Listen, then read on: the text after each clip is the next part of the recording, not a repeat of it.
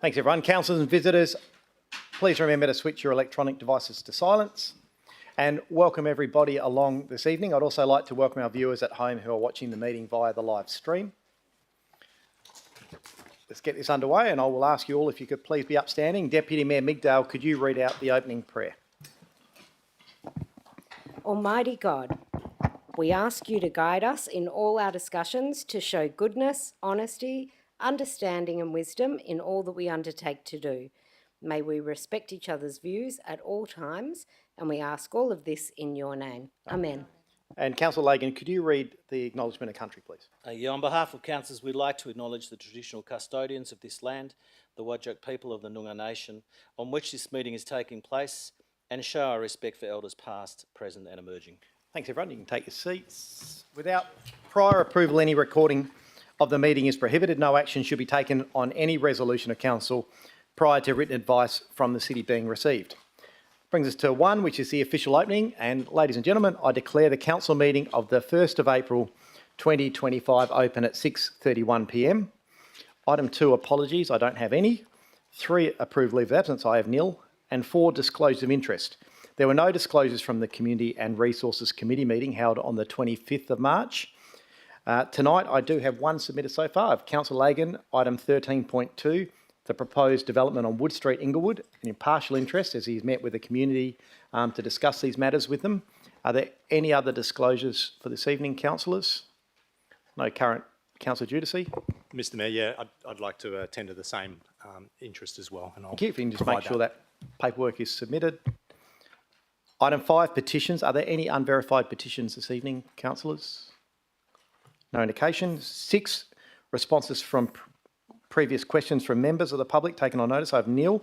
And 7, public question time. Okay, we have received some questions for tonight's meeting, so we'll start getting through these. I do have quite a few this evening, so if I could ask you just to keep that in mind, and please keep any preambles succinct and specific questions to myself. And I'll start with you, Mr Barrett. Rees, if you'd like to come up. Got you down first. You've done this before, so I'll just ask you to press that button at the bottom. That's it. And just start with your name and suburb, and then you're welcome to start, sir. Rees Barrett, Karrinyup. My question relates to the Climate Change Adaptation Review. Actually, I want to start by giving Council and the Community and Resources Committee a compliment. Commend them for the thorough nature of the Climate Change Adaptation Review, particularly the attachments 1 to 4, which are in pages 24 to 42 of the agenda papers. In my humble opinion, the quality of these attachments reflects the latest scientific research and consensus and international best practice. However, I was astonished to also see in the committee minutes that the recommendation that Council notes the city's proposed next steps to engage a wide range of community feedback and address priority improvement opportunities via the city's integrated planning and reporting framework was lost on a tied vote. So my question was, why did the Community and Resources Committee oppose the recommendation to engage with the community and address priority improvement opportunities through that framework? Thank you. From my recollection, the discussion on the night centred more around the fact that there'd been significant community consultation already on a lot of these issues, and that it would be confusing to reconsult on those issues when we do also consult on our strategic community planning process. So it felt like a double up, but it certainly wasn't in terms of looking at those improvement via the city's integrated planning and reporting framework. But that item is just a recommendation. It's obviously up for council to decide tonight. Okay. I've got 2 follow-up questions. Yes, sure. Based on the Council's own quality documentation, climate change clearly poses significant environmental, social and economic risks for all of us. No one can precisely predict the future. However, based on the evidence available to us, it's estimated on our current path the global financial costs of climate change impacts by 2050 will be in the order of $38 trillion per year. Does Council agree that its ratepayers and residents will be best served through ongoing opportunities to engage with the Climate Change Adaptation Review And if so, what is Council's plan for community engagement on this critical issue? Thank you. And look, again, that matter is an item on the agenda this evening that council will decide. It is acknowledged from this council that there should be continual engagement, but also continual reporting through to council. I know one of the outcomes was for more consistent and frequent reporting through audit processes. It's hard to understand why the existential issue of climate change adaptation is not explicitly featured in Council's documentation, such as the integrated planning and reporting framework. What is the reason for this, and what could be done to remedy this shortfall? Thank you for that. I will see if Mr Murphy would like to add anything to this one. Yeah, through you, Chair. Thank you for the question. The City certainly recognises the mitigating the adverse effects of climate change is a key priority, and it is a feature of the plans created within the City's integrated planning and reporting framework. So, and if you look in that framework, you'll see the City's commitment is outlined in the Strategic Community Plan's Sustainable Stirling within our natural environment key result area. And there's a bunch of relevant objectives under that heading. And through that framework, the City has also set ambitious targets to measure progress and achievement of these objectives. And you'll find the report on that in the annual plan. What I will say is that strategic plan is under review regularly, so there is an opportunity to update it with the latest science as well, which has been referred to tonight. And I think it's important to note in terms of the cycle that the strategic community plan is up for a major review this year, so there will be significant consultation, and we would expect that would form a significant part of it. Okay, thank you. Thanks for your questions. Marnie Rinaldi. Is Marnie here? So the microphone's already on. No one has to touch it from now on, okay? And all we need is just your name and suburb, and then you're welcome to ask your questions. Marnie Rinaldi, Inglewood and Mount Lawley. I've tried to keep this as concise as possible. Obviously, there's a lot to get through. My first submission is regarding the 969-971 proposal. A bit of background on my journey in starting my business. 13 years ago, when I first attempted to establish my business, I faced a parking shortfall on Sexton Road. In addition, local residents submitted a petition arguing that selling cupcakes was not in line with the health-conscious families of the area. However, had I been able to afford a $40,000 required to offset the parking shortfall, I could have bypassed these obstacles and moved forward. Fast forward to my current location, where ample parking is available, I was still required to implement additional measures for approval. This included reducing my dining area and installing one bike rack to compensate for an apparent lack of parking. Given this precedent, I would like to understand the City's stance on the parking shortfall at 969-971. Will the state government be required to pay a parking in lieu contribution for the shortage? If so, what is the exact dollar amount? And why does this development appear to be dodging all City of Stirling Council planning requirements, including mixed use, heritage consideration, commercial allocation to the ground floor? Great question. Look, I will pass to Ms Shears, but I will start by saying the reason this is before council is obviously there's been significant interest from the community on this site particularly, and the councillors have called this in. It is obvious from the officer's recommendation there is significant parking shortfall. I can't imagine the state government will pay any money in lieu of that, but it certainly is one of the significant reasons that the officer's recommendation doesn't support this development. Ms Shears? Through you, Mr Mayor. Thank you for the question, Ms Rinaldi. That's correct. We wouldn't support this proposal because of the significant shortfall with this proposal, not only for the residents but also the visitor bays as well. When we are considering shortfalls in car parking, we do look at what is available in the local area, and for this particular site there isn't much around anyway. Although it is on a bus route, it is significantly under what we would expect for something like this with regards to car parking. Thank you. My second question, submission regarding 157 9th Avenue in Inglewood. You're very familiar, I'm sure. I've read through weeks of minutes. The escalating violence, excessive noise complaints, business disruptions, antisocial behaviour, and an alarming 300 police call-outs within just 5 months have created an untenable situation in our community. Despite the involvement of multiple government departments, no single agency has taken direct responsibility or action to resolve these ongoing issues. Premier Roger Cook has stated that every Western Australian deserves to feel safe where they live, and that only his government has the experience to ensure community safety. However, in Inglewood, this statement could not be further from reality. It has now been 42 days since the last council meeting where the Mayor committed to writing to the Minister on behalf of residents and re-engaging the Department of Communities and WA Police. And I'm aware of your support with us, yet the issue continues to be passed between departments with no clear accountability, leaving residents and business owners in a perpetual cycle of inaction. What tangible steps can the City of Stirling take to compel the state government to review its policies, demand transparency and enforce accountability? More importantly, how can we ensure that real action is taken before this deteriorates even further?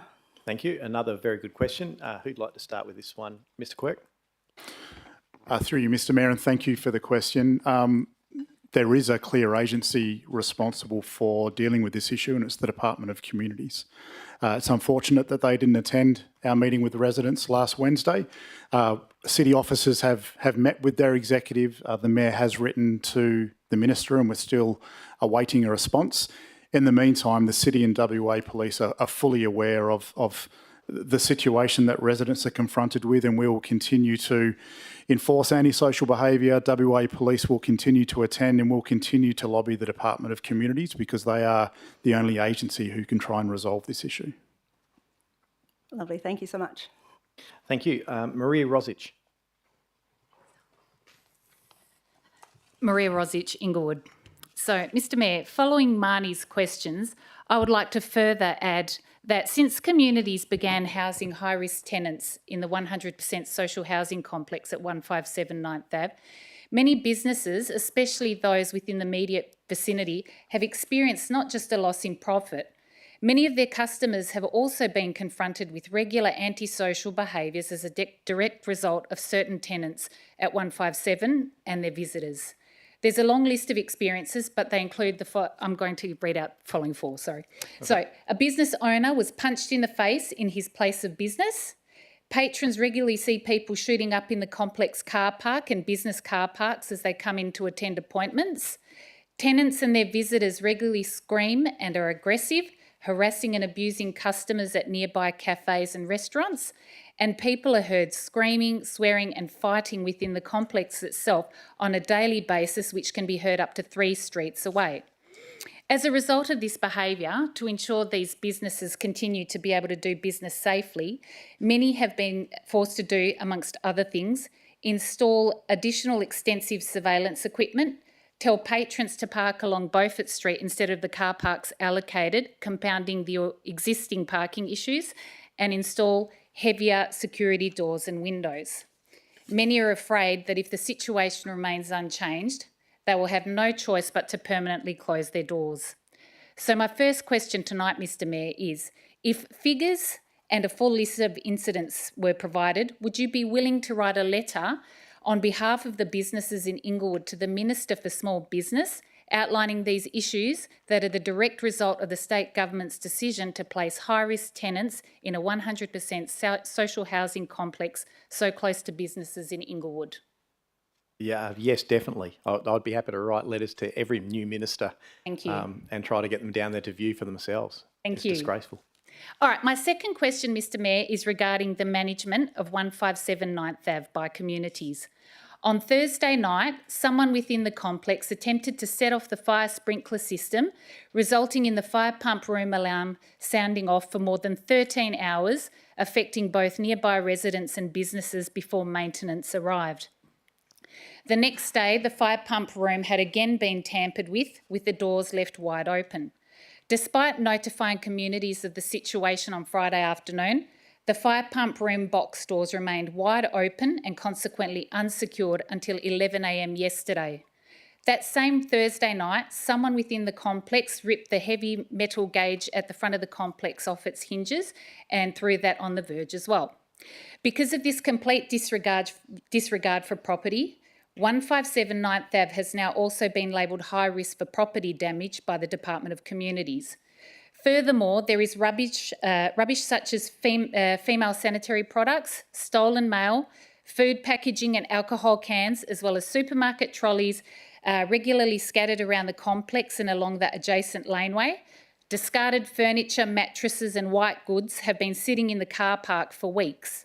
This mess would be far worse were it not for concerned locals who regularly remove broken bottles, crockery and half-eaten fast food left in its packaging from the front Virgin adjacent laneway, an issue that was non-existent prior to July 2024. So my second question, Mr Mayor, is it possible for the council, on behalf of the Inglewood community, to remind communities of their responsibilities in maintaining the complex and surrounding area and to address these issues in a timely manner, please? Yes, it is, and we'll certainly continue to lobby Department of Communities. Thank you. All right, and my final question is with regard to the proposed development at 969-971 Beaufort Street. Although the state government's press release regarding this development states that the complex will be earmarked for over 55s, nothing is mentioned in the development proposal. Additionally, the complex will be located right between two event venues, both of whom generate loud music late into the night.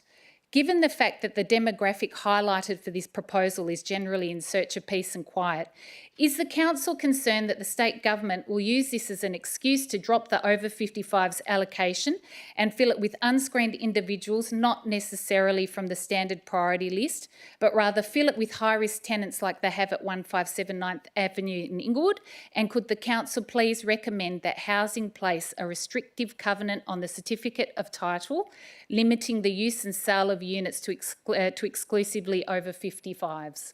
Thank you. And given the current situation out there, no council has no confidence in the department, and that is why I'm aware that there will be an alternative recommendation from the councillors doing exactly that this evening. Excellent. Am I allowed to ask a question on behalf of a member of the community that was unable to be here tonight? I will allow it because it's an item on the agenda. Thank you. All right, so this is on behalf of Amanda Rafiq. She's a resident of both Inglewood and Bedford. So last Thursday, whilst jogging along Beaufort Street, Amanda was charged by a screaming drug-affected woman at 5:20 in the morning who attempted to stab her with a large knife. Amanda is an athlete, so she was able to escape, but she is deeply concerned that if it was someone less fit, they would have been seriously injured or even killed. She is a well-respected member of the Inglewood community with her dog walking business, and this attack has shocked the Inglewood community. She has also had glass bottles thrown at her as she's jogged past 157 9th Ave. She's also no stranger to social housing, having grown up in a 100% social housing complex in East Perth, so she is fully aware of the reality of the very serious problems associated with these types of complexes. And to be honest, she's genuinely shocked that the state government is again using a model that has proven to be so ineffective in the past. Her question is, how is the City of Stirling protecting residents and businesses between Inglewood and Mount Lawley, given that there is a problematic social housing complex on the corner of 4th Ave and Beaufort Street, the problematic 100% social housing complex at 157 9th Ave, and now a third social housing complex planned for 971 Beaufort Street, all of which will be within a kilometre of each other? Thank you for that. And look, the City will continue to work with West Australian Police. As it's been noted, there's been significant call-outs. I think our officers have said it's possibly one of the worst situations or cases they have seen in their time. And we will continue to advocate for the community and continue to try our very best to protect you in what is quite an awful situation. And we are very grateful for the support from the council and the police, so thank you. Thank you. And I might just add, just here anecdotally, I'm looking at the live stream here. Sometimes ministers and local members do watch this council meeting. If you are watching this, seriously, listen to these pleas from this community and go and visit this site. It is incredible. Melissa Molinari, if you'd like to come up, please. And while you come up, I will just rule, we have quite a few more questions. I will rule to extend for another 30 minutes and then we'll see how we're going as we've got a significant agenda this evening. And you may now continue, just your name and suburb and then your questions. Melissa Molinari, Inglewood. Good evening, Mr Mayor and councillors. Two questions this evening regarding the planning for the proposal social housing complex of 969-971 Beaufort Street, Inglewood. My first question is, with the complex being earmarked for over 55-year-olds, is there any planned upgrades for a safer crossing from the bus stop outside the Civic Hotel to cross Wood Street, as the elderly would be getting off the bus stop that is located outside of the Civic Hotel? Is there plans for an upgrade crossing of Beaufort Street for the elderly residents to cross, as the closest safe crossing for these people would be 2 blocks away at Crawford Road? I know that there is a crossing there, but that is only for school children in the morning. This would be more designated to during the daytime. With more congestion in this area, is there plans to close off access to the turn right off Beaufort Street onto Salisbury Street, as this intersection is a fatality waiting to happen? I'm not aware of any upgrades that are proposed. Mr Murphy? Yeah, through you, Chair. I'm not aware either, but I'll take the question on notice, and there's quite a bit of detail in there, and we'll give you a written answer. No worries, thank you so much.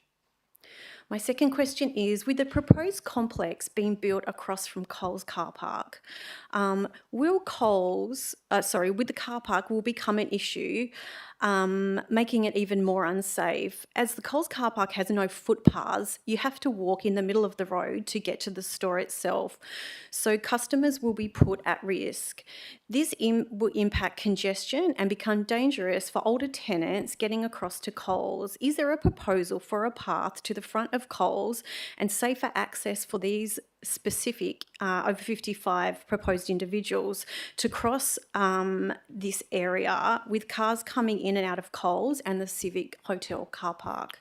Again, I'm not aware of any plans, but we will do some investigating and respond to you in writing. No worries. And my third question is in regards to the safety of people in our community in Inglewood. As a woman in the Inglewood community, I now no longer leave my home at night time. It is not safe for us to walk our streets after dark. I'm someone who likes to exercise in the mornings, and I don't do that anymore because it's not safe for us. On Tuesday morning, I went for a walk at 6:30 to get a coffee, and when realising that I had just walked through a drug deal in my library car park is outrageous. As elderly people walk their dogs with their coffees in the morning, they have no idea that these things are going on in their communities. As someone who has been attacked, and that happened a few months ago, the community of Inglewood has been a safe haven for me to be able to repair myself from the trauma of that attack. But I no longer do not feel safe to be able to walk the streets of somewhere that we used to feel safe.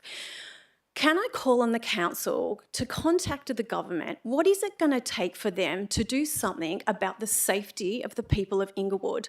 Will it take a woman being raped? Will it take someone actually being stabbed? Or will it take someone actually dying on the streets of Inglewood for this government to wake up and realise that there is a real serious problem and it needs to be addressed before someone is killed? Because they will have blood on their hands if this happens. Look, thank you for that question. It's hard for me to answer. I can hear the emotion in your voice and the fear, and I don't blame you. I've been there. I've heard from the councils. I've heard from the teams about how bad it is. We will continue to advocate, as we've said before. The Department of Communities has a massive role to play here, and we'll continue to try to get different ministers, whether they be the new police ministers, anyone out there to witness this firsthand. Thank you so much. Fiona McQuiston. Just your name and suburb, please. Yeah, Fiona McQuiston, Inglewood. Thank you very much for granting me the opportunity to ask you questions. All three of my questions have now been raised, and I don't want to hold up council or you any further. Do you need me to reiterate the questions, or are you happy? No, that's quite all right. And if you want to submit them, if they are in writing, we can ensure that they are captured in those other ones. Excellent, thank you. Or responded to in the minutes. Thank you. Steve, ready? I'm Steve. I'm a business owner in Inglewood. Nearly 19 years. Is everyone familiar with the Communist Manifesto? I don't know where this is going. If you're not, I urge you to read it. Okay? Mark asked me to go on the radio a few months back about this issue, and I did. The ALP doctrine,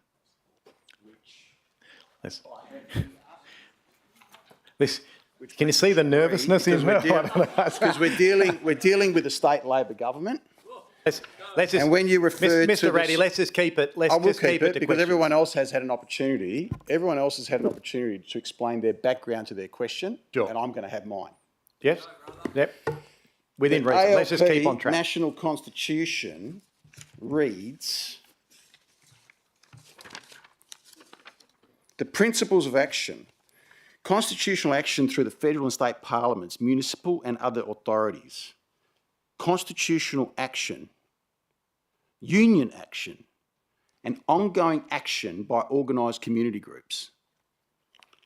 They've railroaded the council, which we thank you for your effort that you've put in to try and get this development overruled. But they've got laws now in their third term in state government. Rita Safiotti, John Carey, who does not respond to my emails on previous occasions. Let's just keep it general, though. So, just to protect you. How do you propose as a council to override their guiding principles of action as per their constitution adopted August 23, so that a development like this, which is clearly irresponsible, it's irresponsible government for the safety of community and citizens, how do you propose to challenge that when they have got into, as part of their principles of action, all facets of government so they can railroad you and us as a community? What's the plan? Thank you. Look, the simple answer is we can't. The state government do own the planning framework. The West Australian Planning Commission and all those other legislative bodies related to it have complete control. They delegate responsibility to us to do some strategic planning, and then they use us normally to do some consultation process and write referrals. But ultimately, we have no decision-making powers in developments like the ones proposed. But we will continue to advocate, as is our charter, to advocate on behalf of the community as your representatives. So that's fantastic, but we can't get through the legal process with you. So if we can't work together with you to get through the legal process, as citizens, and in this manifesto it says socialism or communism. They're one and the same. And the left side of politics with the ALP, that's what they live by. So if they've gone into government and they've got a constitution that they're following and they're enacting laws that effectively negate your value and every single person in this room, when it comes to something like this, how do we stand a chance as citizens with things like what Marnie said as far as our safety is concerned? And is the council and the state government prepared to accept legal responsibility for someone having something happen to them, like what Marnie said? And do they have the capacity to reimburse financially, but then once someone's dead or attacked or left with a lifelong injury, money doesn't matter? So do you have the funds as a local council, and does the state government and the Labor Party, backed by unions, have the ability to fund someone and compensate them for injury or loss?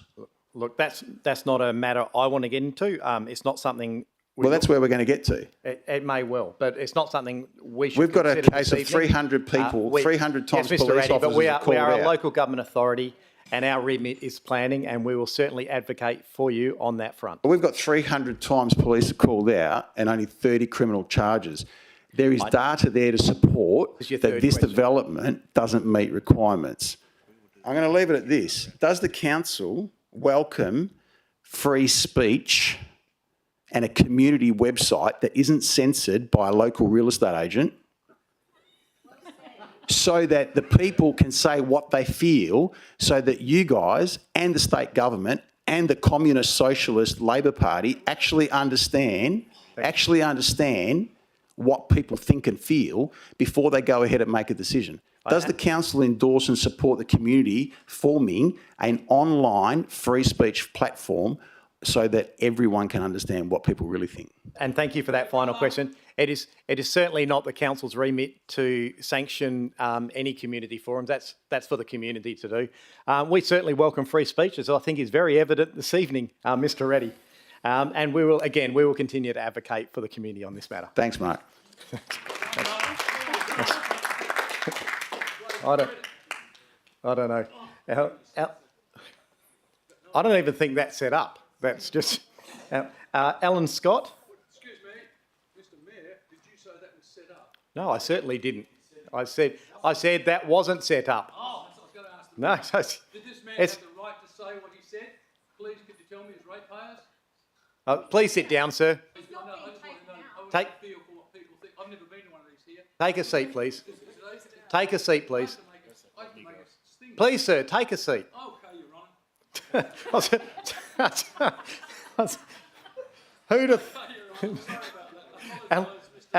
Alan Scott, it's going to be a hard act to follow, Scott. Absolutely. Free advice, brother. Okay, let's get on with this. We've got a few to get through. Your name and suburb. Ellen Scott from Inglewood. First, I want to start by saying thank you to the City of Stirling, especially David and Damien. Oh, I'm going to get emotional, for your commitment to supporting our local members living in Inglewood. Excuse me, are you all right? I'm fine. Okay, I just have a beautiful community. Someone go to this woman. No, I'm fine. I'm a mum with a 4-month-old and a 3-year-old. And we bought in Inglewood only 2 years ago. People are animals. For walkability. No, they're not. They're not. No, they're not. They're supporting us. We bought for walkability and livability. And I feel trapped in my home.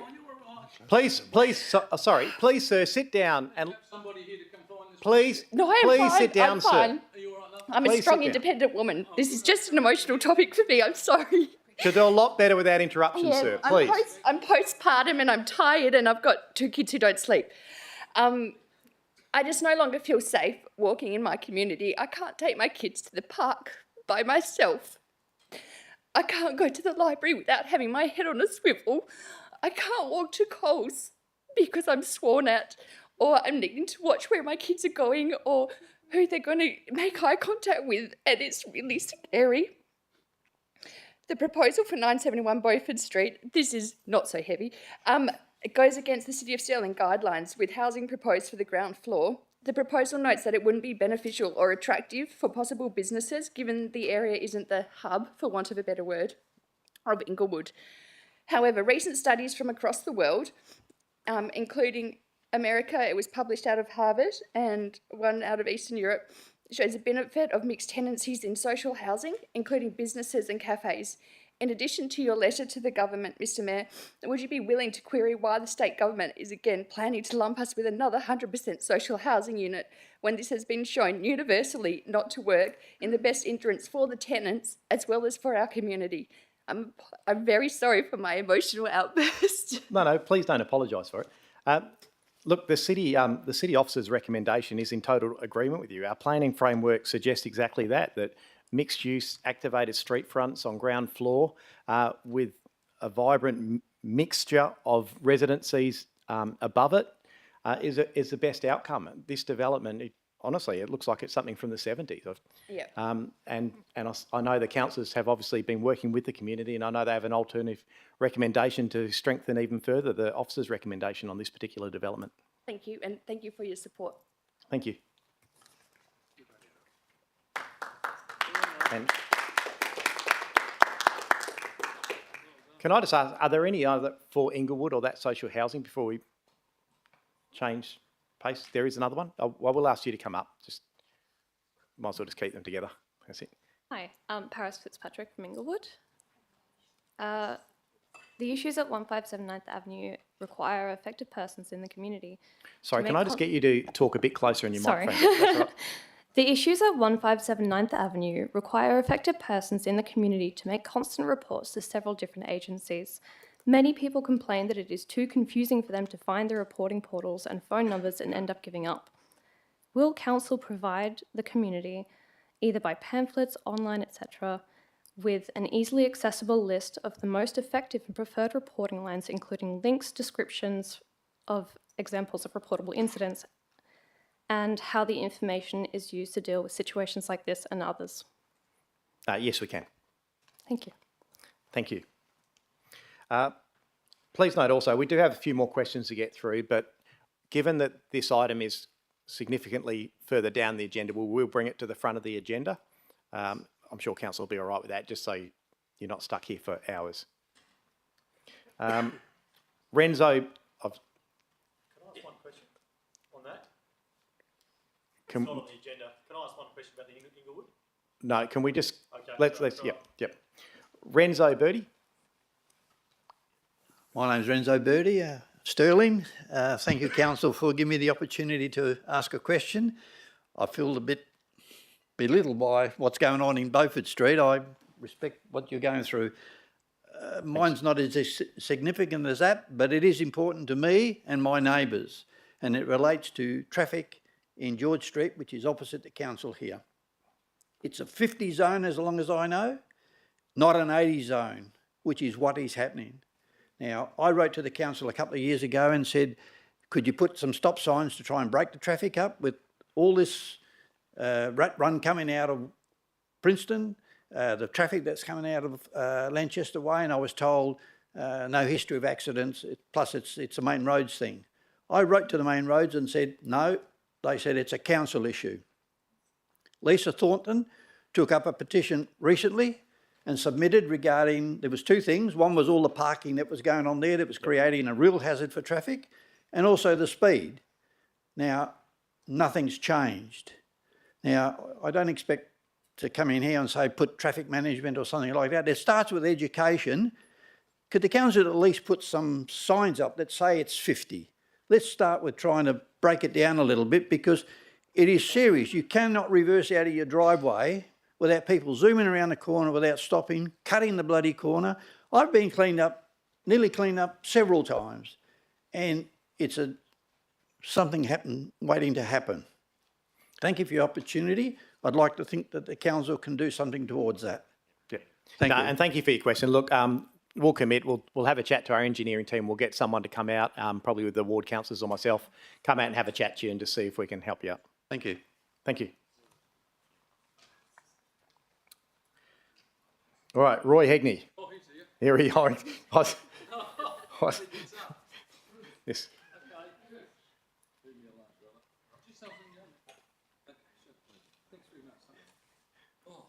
All right, let's see how this goes. Home in bed. Do you realise that? Number one, for the young people should be home in bed. Thank God I don't have to do anything with the technology. Now, being a Catholic, just your name and suburb, sir, to start. Okay, here we go. Roy Patrick Hegney, suburb, Dianella. Thank you. Yeah. And your question? The question. I have been trying to deal with this Shire now for 11 days. Keep it brief, I know about that. And that is to bring to school a young girl with palsy. And she has 6 years old and goes to Dianella Heights Primary School. The other day I was told to shift after 3.5 years of doing this. It's not my child, I do it as a volunteer. I do it as a voluntary thing, like you've got these volunteers in your Shire. So I was told to shift by a ranger doing his job, lovely man, no problem there, wonderful guy, who simply is unprepared for his job. He didn't know what the rules were that he was administering, number one. Now, I've investigated why that is, and that is because the people above him don't know how to educate people properly in the job.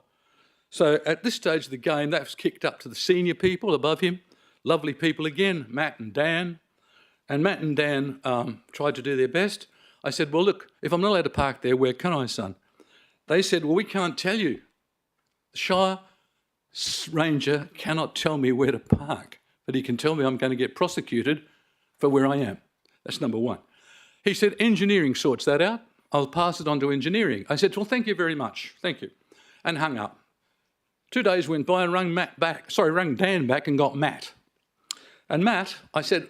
Let's leave names out of it, sir. Let's just... Your Honour. Rang back X, and X said to me, we've put this through the council to the engineers. They're busy. They're too busy.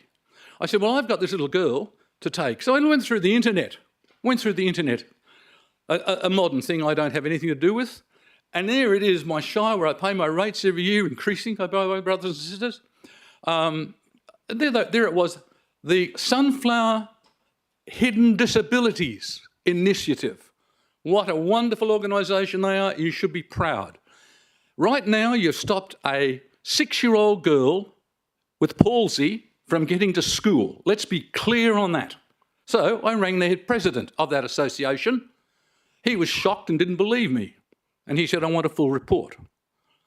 A lovely girl, a lovely woman who I've never met here, I will know her, Mr. Mayor, Erica Levitt, has done everything she can to the point of me having to break conversations because she was distressed like the lady you've just seen stand up here. I don't want you to think that what you just saw with this lovely woman is unusual. This is standard Shire practice, having people like that. In order to placate this young girl and get her... Sir, I need you to ask a question. You've had your say. No, sir, please. Excuse me. Excuse me, sir. Excuse me. You can get to a question or you may take your seat. All right. Okay, summary. Having dealt with all of this issue, it has made me sicker. I'm an old man with diabetes. I will not give up. I do this as a volunteer thing. I am volunteering you to come into this organisation. You hearing this? Hearing else? Please, your question, sir. I am volunteering to come in here and work with your people. A volunteer, the word volunteer is prominent because you advocate your ratepayers to be volunteers, so I'm in that line. I'm going to come in here and help you sort this out so that when this does not happen again, now I know, just to finish, a wonderful man, you call him Mick, I'm having trouble, Michael, has done everything he can to solve this and to placate me. And I appreciate that. Erica, I apologise 1,000% for what I've caused you. It's been caused because of inertia and atrophy. And what is interesting, Lord Mayor, I have also advised 2 councillors sitting, I don't know if Suzanne's sitting here, but I don't know Damien. Is Damien here, please? Good day. Oh, sorry, Damien. He's nervous to put his hand up. I've advised both of these councillors and heard nothing back. So this brings me here after the end of a long, long road when nobody except Michael and Erica have made an effort. Unfortunately, they're not right. But I am perfectly happy to hear the Mayor say, you are going to write to ministers, because the next thing from here is the minister, to see that they are looking at this matter directly. Thank you for that question. And the Mayor also has said... I can't guarantee that I'll be writing to a minister on this, but I'm happy to have discussions with the director on this, which is the appropriate channel for him to have more discussions with you and find a more appropriate place for you to pass. What was that again?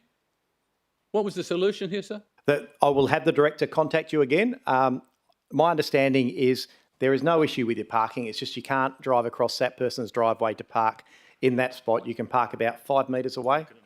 And there is an alternative, but the officers will work with you. Please let me say this. Which is the appropriate Please let me say this. Can I say this, Council? OK, here we go. The Council's given me approval.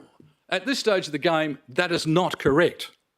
What is happening here in the Shire that you're sitting on in charge of is none of this is true. I do not drive across this person's driveway. The Mayor just said it. Someone's told the Mayor and I don't do it. Now, he's acting on that. He's nearly telling you that I drive across this person. OK, sir, I retract it. I retract it then. Can we have that minuted? Let's get more information. It is minuted. Minuted, thank you. But someone will be in contact. The appropriate person to talk to you is the director and the people in charge of that. It is not for the councillors to determine where you can and cannot park, sir. No, the council... Have you got a final question? Yes. Order, yes, sir. In this event, which is pathetic, I've had to deal with some of the people adjacent to this area who have the authority to allow us to park. When I went to this lady to ask authority to park, she burst into tears. She's about 85, she lives on her own, and she's been harassed by this organisation to the point of you can't talk to her without her crying, like this lady just was back here. And that's when I got a bit teary sitting over here. I'm trying to work out who I'm dealing with, and I'm dealing with not nice people. Not nice people. I don't know who you're referring to now because you just told No, us just generally. I just say not nice people. Whoa. I want these people to know that they're not pulling their weight.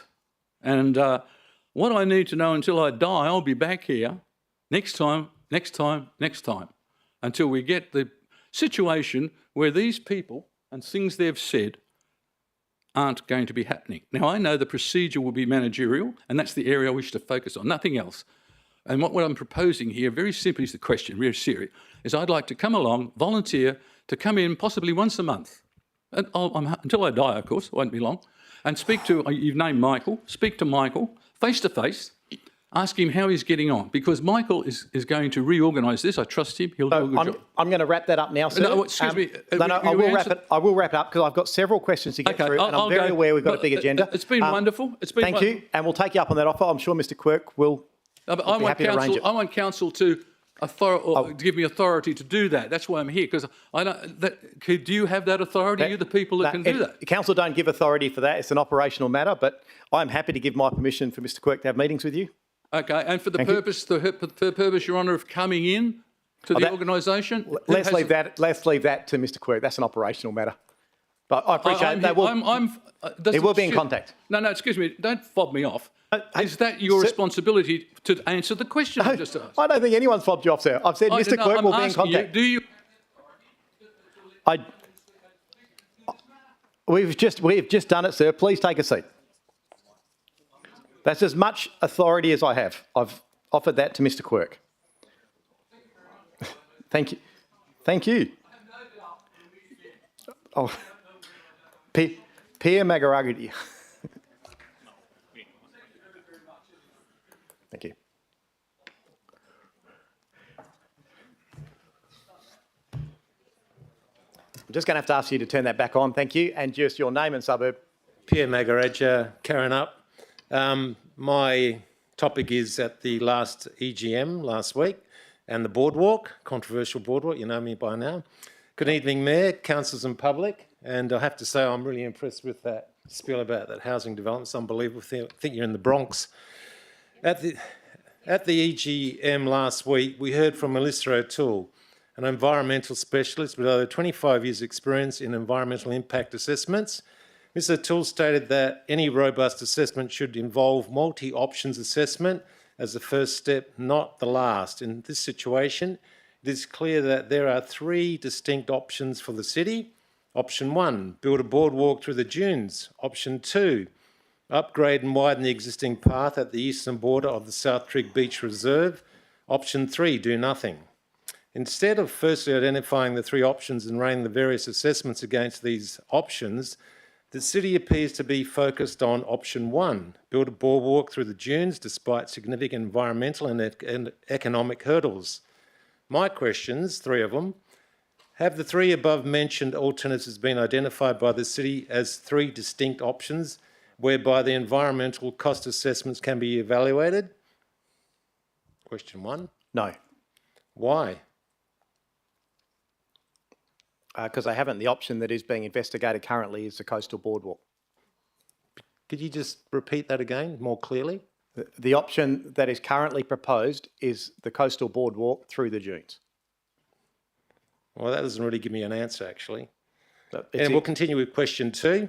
Why has the city not clearly advertised its boardwalk feasibility page these 3 options, especially when considering that the solution of widening existing path or creating a separate walkers lane with traffic barriers is far more cost-effective solutions with less ongoing maintenance and, if done right, can deliver a similar outcome to a boardwalk through the dunes without the economic environmental risk? Thank you for that question. Look, the city would say that it has been fairly widely publicised whilst consultation hasn't occurred yet. Whilst I appreciate your comments, you're making assumptions on the outcome of all of those assessments which haven't occurred yet.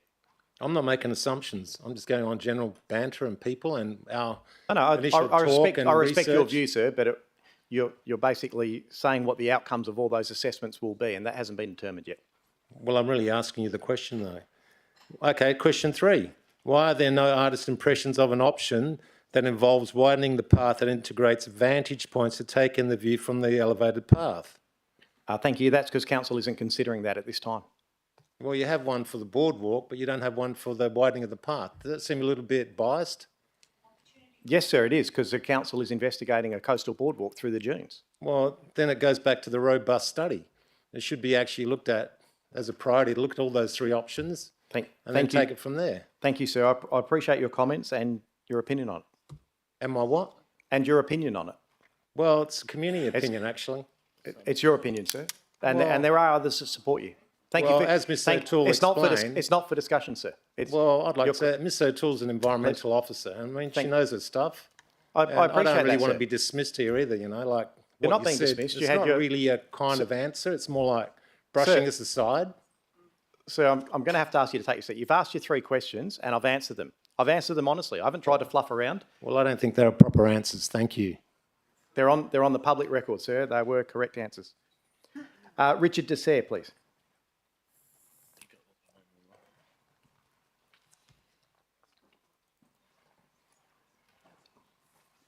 Just your name and suburb, thanks. Hi, my name is Richard Dessert. I live in the suburb of Tuart Hill, previously lived in Inaloo. Does the city have a detailed data classification framework, and is that publicly available, or a framework or policy? Is that publicly available and updated on an annual basis? Thank you. Ms Hawkins? Thank you, Mr. Mayor. Thank you for the question. We do have a data classification framework, if you like, in terms of our data standards that we review regularly in line with state records, but also in line with our digital strategy. Where that is, I'll have to check, Mr. Dessert, and provide that to you in writing. I'm not sure if that's actually on the website, but I'll certainly check that for you. If you could do that. Are you aware of ongoing investigations or previous investigations regarding government, state government departments in the use of data by the city? Ms Hawkins? Ms Hawkins? No. Through the chair, no, sorry, Mr. Dessert, I'm not aware of what you're talking about. there, sorry. Are you aware of current or previous investigations by the state government regarding the usage of Western Australian citizens by the City of Stirling? No, sir. Mr Mullins? Through you, Mr Mayor, thank you, Mr Dessert, for the question. As it relates particularly to a matter that you raised with the city and raised through a state government, we are aware of that particular matter. Okay. Is the CEO and the mayor aware of that investigation, or were they left out of that? Mr Mullins? Through you, Mr Mayor. So the manager of governance at the time of the city was aware of it, and it was reported through our internal processes. Okay. What was the outcome? Sorry, from that? so I'll allow you one final question. My question, one You've final asked- question, if I may. What was the outcome of that investigation, and what improvements were made by the city regarding the use of that data? Mr Mullins? Through you, Mr Mayor, we contributed to the investigation by the department that inquired with us, and we provided information to that department. So that's as far as I can give you as far as an answer goes. Thank you, sir. And that is your 3 questions. Very Can I get cryptic. the first question in writing from Ms. They'll all be Yep. provided in writing. Thank you very much. Everyone else is looking as confused as me. Mike Masiello. My name's Mike Masiello from Trig. Good evening, Mr Mayor, councillors, executive team and the public gallery. First question. We all know that CharMap states avoidance is the preferred strategy for new assets that are built within the 100-year erosion zone. The city has suggested in its response to my previous question that this does not apply, as paths and benches are considered minor infrastructure and therefore considered more expendable. Surely, in simple terms, a boardwalk may be likened to a path, but it seems a long bow to draw that a 1 kilometre long $20 million suspended boardwalk could be considered minor infrastructure when the city as a whole has a total aggregated value for footpaths of $115 million, meaning this 1 kilometre stretch would be 17.5% of that total aggregated footpath value. Please clarify the justification in classifying the proposed boardwalk as minor infrastructure to bypass CharMap constraints. Thank you for that question, sir, and we'll respond to you in writing. You already have inaccurately. Through the Mayor, could Mr Murphy or whoever wrote the response to me that said it was a minor infrastructure justify why they consider it's a minor infrastructure. Thank you, sir. Given the value. I have responded. I said we will respond to you in writing. And we'll explain why. My second question is in reference to the Kotira environmental assessment, specifically section 1.2, rationale for boardwalk. This section's purpose is to provide justification for the boardwalk and the spend of $500,000 ratepayers' dollars on the feasibility study. The rationale for boardwalk, which we can only assume has been written by the city for Kotira, can be summarised into 4 key reasons. The first one, safety on the shared path, relating to its narrowness being 3 metres versus the desired width of 4 metres. Traffic on West Coast Highway being too dangerous for cyclists because it's 60 kilometres an hour, and therefore bikes can't ride on a road where the zone is 60 kilometres an hour. Protection of dune vegetation from trampling and tourism. On the 18th of the 3rd, 2025, the last council meeting, Acting Director of Infrastructure Paul Guillemot stated that the existing path is of relatively good standard, it is wide, and it is separated from the road. So the actual path, it is in relatively good condition. The path in its current condition is satisfactory. Quote. The conflict in statements has caused some confusion, especially when the pro-boardwalk group is purely leveraging on public support off the fact the path is dangerous. Given that path safety was not in the scope of the environmental assessment, we can only assume that the Director of Infrastructure is the authoritative figure on the topic. My question, given factual information above, can the City confirm that tourism is the sole and primary rationale for the proposed boardwalk through the dunes? And if not, why? Thank you for that question. No, the City has never said that tourism is a primary factor for a boardwalk proposal through the dunes. I also think it's important to note that the perception of feeling safe on the path is very different from the safety in terms of the condition of the path. And your third question, sir. It's blatantly obvious the Mayor believes that the majority of the world wants a boardwalk through the South Trigg Beach Reserve. It is evident this belief has been based on flawed assumptions, gross extrapolations from convos and biased survey results. The proposal is clearly dividing the community. We can see that there is in fact only a marginal level of support for this highly controversial, economically and environmentally risky project. We have over 1,500 signatures from path users who don't want a boardwalk. These people would prefer to see the path widened and upgraded to avoid fragmentation of the reserve. My question, at what point will the Mayor stop chasing this aspirational dream and consider the interests of all ratepayers in the city by genuinely considering the cost-effective solution that the ratepayers want? Thank you for that question. And I can confirm there is certainly interest for the boardwalk and interest to oppose the boardwalk. That was evident last week at the Elector General meeting. It is not my proposal. It's been brought up by councillors. There's interest in the community, and community will ultimately decide whether this council goes ahead with the boardwalk, not myself. And why aren't we considering other options? Because council decided to do the boardwalk. So it's basically not myself. the boardwalk or nothing. Is that the option, or is there other solutions that we're considering? Council may determine something else. It's not my decision, sir. Okay. Thanks, sir. Margaret Bond.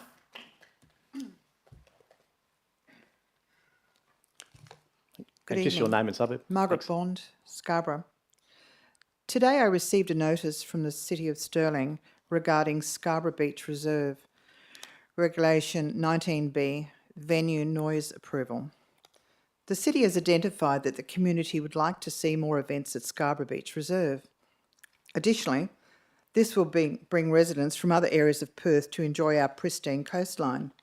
My question, given the current parking problems from North Trigg to South Brighton Beach, plus the surrounding residential streets being full to capacity on a normal weekend, where do you expect the extra event visitors to park? Thank you for that question. I don't necessarily envisage that there is going to be, if you're relating to the boardwalk, is this? No, it's parking. But relating to, why do you think there's going to be more? I'm just missing. Well, I received the letter today from the council expressing that they would have more events happening down in the beach precinct. So the investigation with the community or the consultation with the community around the noise isn't necessarily about having more events.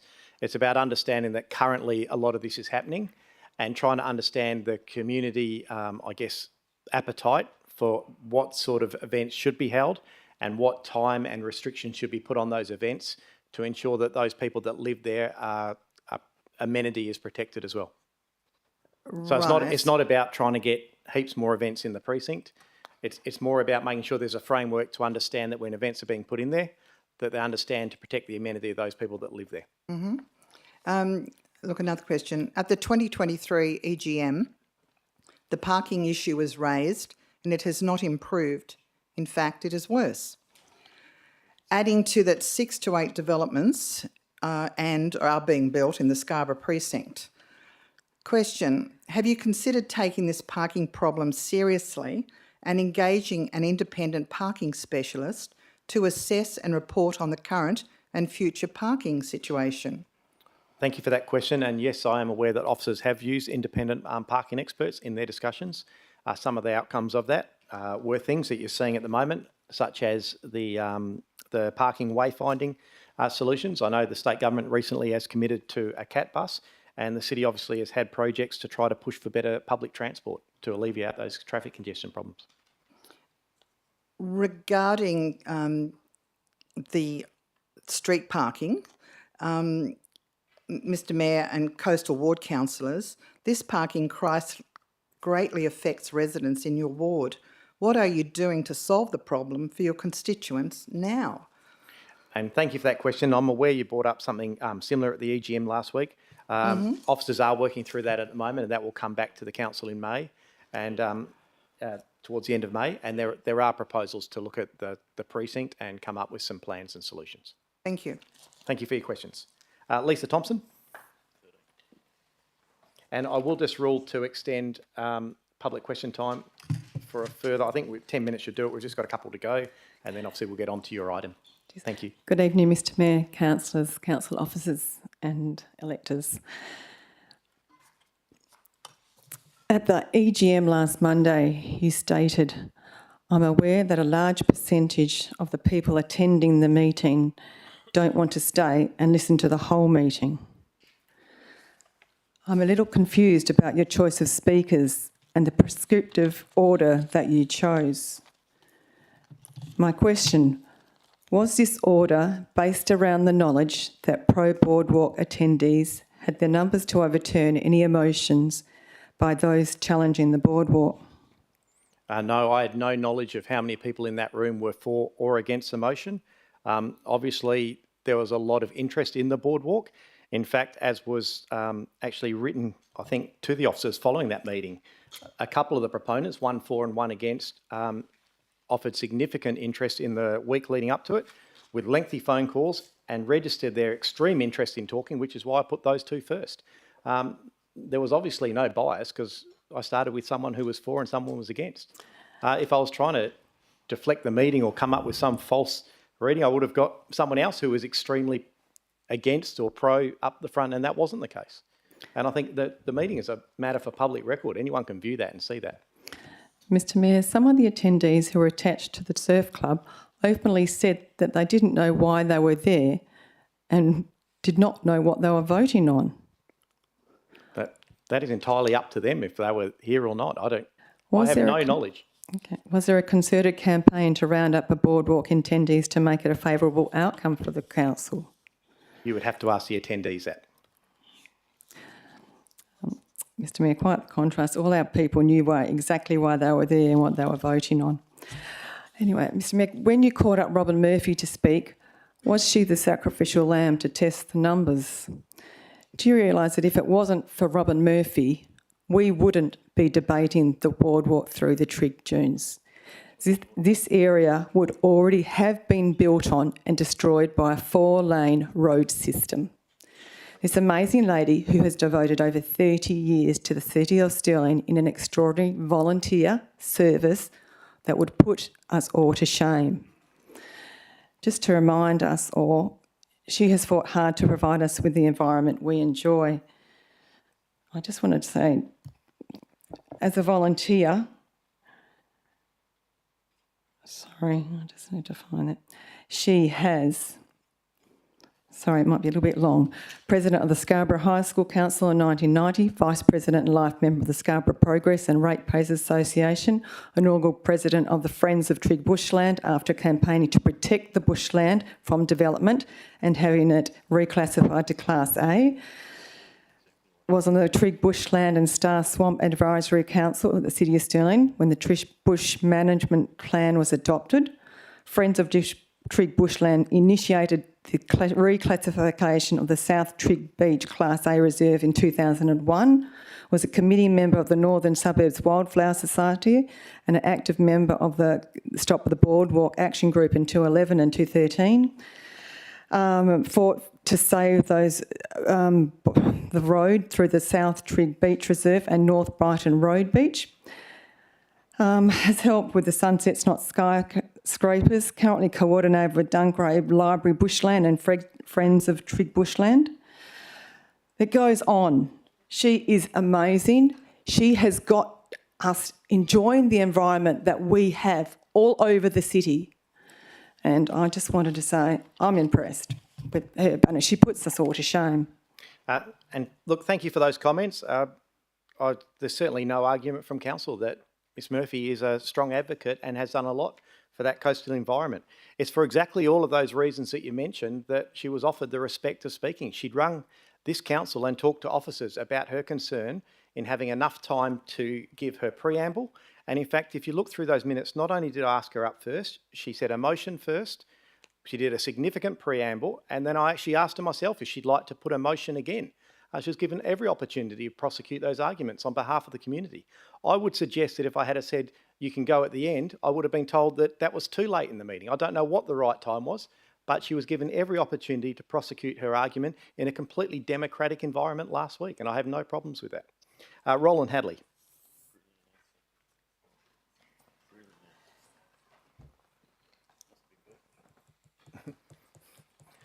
Thank you. Name and suburb.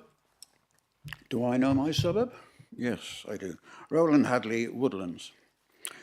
I asked at the electors' meeting if a reply had been received from the federal government in respect of funding, feasibility and practicality for Mayor Irwin's well-publicised, naturally iconic and innovative world-class trackless tram project. If a reply has been received, what was the outcome, and please provide a copy. If no reply has been supplied, will Mayor Irwin immediately contact Federal Minister King to find out what the situation is? Thank you. Mr Rodich. Thanks, Mr Mayor, and thanks, Mr Hadley, for the question. So the answers to your questions on notice at the EGM will be provided in the minutes at the meeting on the 13th of May when the EGM motions are considered. But I am not aware of receiving a reply back from the federal government.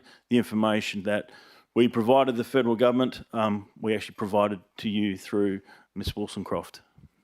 But we will provide comment in writing as part of those minutes when that EGM is considered. Can we chase up the federal government now? I don't like your chance of getting a response from previous Minister Keenan now, sir. Thank you. Your next question.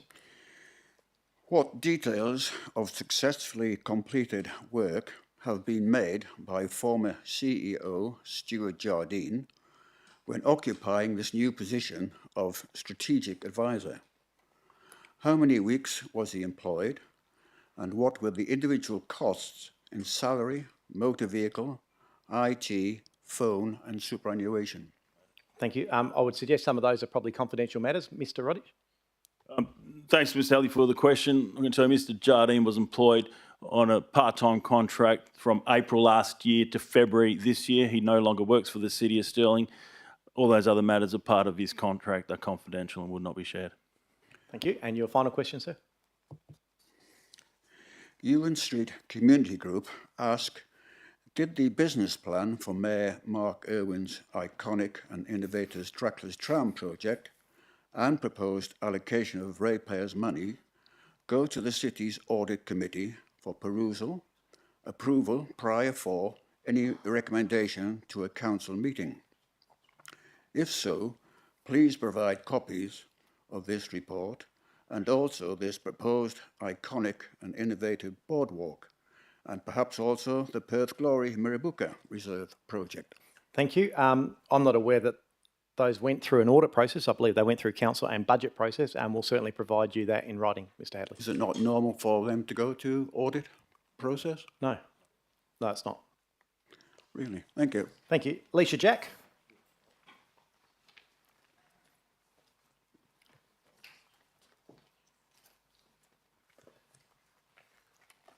Thank you. And just your name and suburb. Good evening, Mayor, councillors and staff and members of the gallery. Before I start, I just wanted to ask a question. The person who asked the first questions about the climate adaptation plan, you said that later in the year you will be doing, and I missed what you said. Was it another climate plan or something that I missed? Sorry. No, the strategic plan. Okay. Mr. Barrett was concerned about not specifically consulting on that. This year is a year that there will be a major review of the community strategic plan, so it would be envisaged it would form part of that consultation. And that will happen later on this year. And the strategic plan is made up of multiple plans? Yeah, well, the strategic community plan is one overarching plan. The others tend to be more operational plans that officers use inside the city. Okay, yeah, okay. So my questions are regarding the climate adaptation plan review. I attended the committee meeting last week, Yes. made a deputation and witnessed the debate regarding the adaptation plan. I just wanted to make sure that elected members understand that adapting to climate change isn't about what's causing climate change or about reducing greenhouse emissions. From what I understand, climate adaptation is the process of adjusting to the current and future effects of climate change, like extreme heat waves, bushfires, flash flooding, coastal erosion, etc., how we're going to live with them, how we're going to mitigate those things. Okay? And I'm sure that you, Mr. Mayor, and all the councillors can agree at least that the weather is getting hotter and drier in Perth, despite what we all believe might be causing it. So we must face the reality and adapt to survive and thrive in our warming climate. And there's a lot that local governments can and are doing to protect people and the environment from extreme heat and weather events, etc. Okay, so question one. I am sure that public health and safety is always the highest priority for all City of Stirling elected members and staff, and that local governments should plan for, fund and take actions on whatever they can do to mitigate against dangerous threats wherever possible within their municipalities. Mr. Mayor, do you think climate change presents a threat to public health and safety in the City of Stirling? Yes. And if so, what do you think the biggest climate threat to public health and safety is? That's a broad one. In general, probably most of the climate change effects that are creating heat. Heat. Great. I do listen to you, Ms. Jack. Oh, thank you. I just wanted to make sure. Okay. I felt like that was a test. It was. Yes. Question two. There were 3 officer recommendations for this item on the committee meeting agenda last week. One is missing, and that was the one regarding public consultation for this adaptation plan, which the gentleman alluded to earlier. It was debated and weakened and then completely removed. I thought it was going to be in some form, but what it was about was, what it said was, the council notes that cities that the city's proposed next steps to engage the community and address the priority improvement opportunities via the city's integrated planning and reporting framework. I think what that meant was that it should go out for public consultation and be a standalone document in the city's integrated and planning report framework, because it's a very important issue going forward, especially it is now, but going forward. And that would enable it to get funding and for the actions to be funded. So my question is, if the climate adaptation plan is not part of the city's integrated planning and reporting framework, how will necessary mitigation actions be funded and implemented? Thank you for that question. The intent of taking that particular part of those three motions out was certainly not to do anything other than to strengthen the community consultation. I know when I asked for it to be removed or asked them to be put separately, it was for exactly that reason. The concern is we do significant community consultation around a major review of the strategic community plan, and climate change and adaptation relating to climate change should be, as part of Sustainable City with a local focus, a very significant part of our consultation. My concern is sometimes we do that significant consultation and then we do smaller consultations. It gets very confusing on what community are being consulted on. The intent wasn't to weaken it, it was to strengthen it, so it's a significant part of our community strategic consultation. That is exactly the right forum to inform our integrated planning and reporting. So I'm not in disagreement with you at all. It was the intent of the motion is to strengthen it. There are a lot of things that cities are doing over East and around the world to mitigate against the effects of climate change.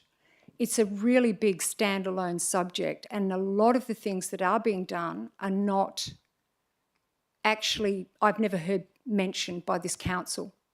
I think it'll be lost if it goes into the strategic plan as just another, you know, just a, I don't know how that's going to work, where it's going to be laced in or integrated into that public consultation. But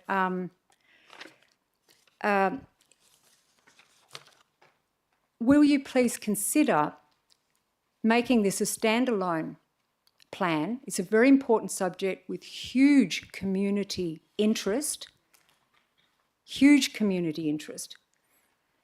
and put it out for public consultation, because you'll get a lot of really good ideas back from the community.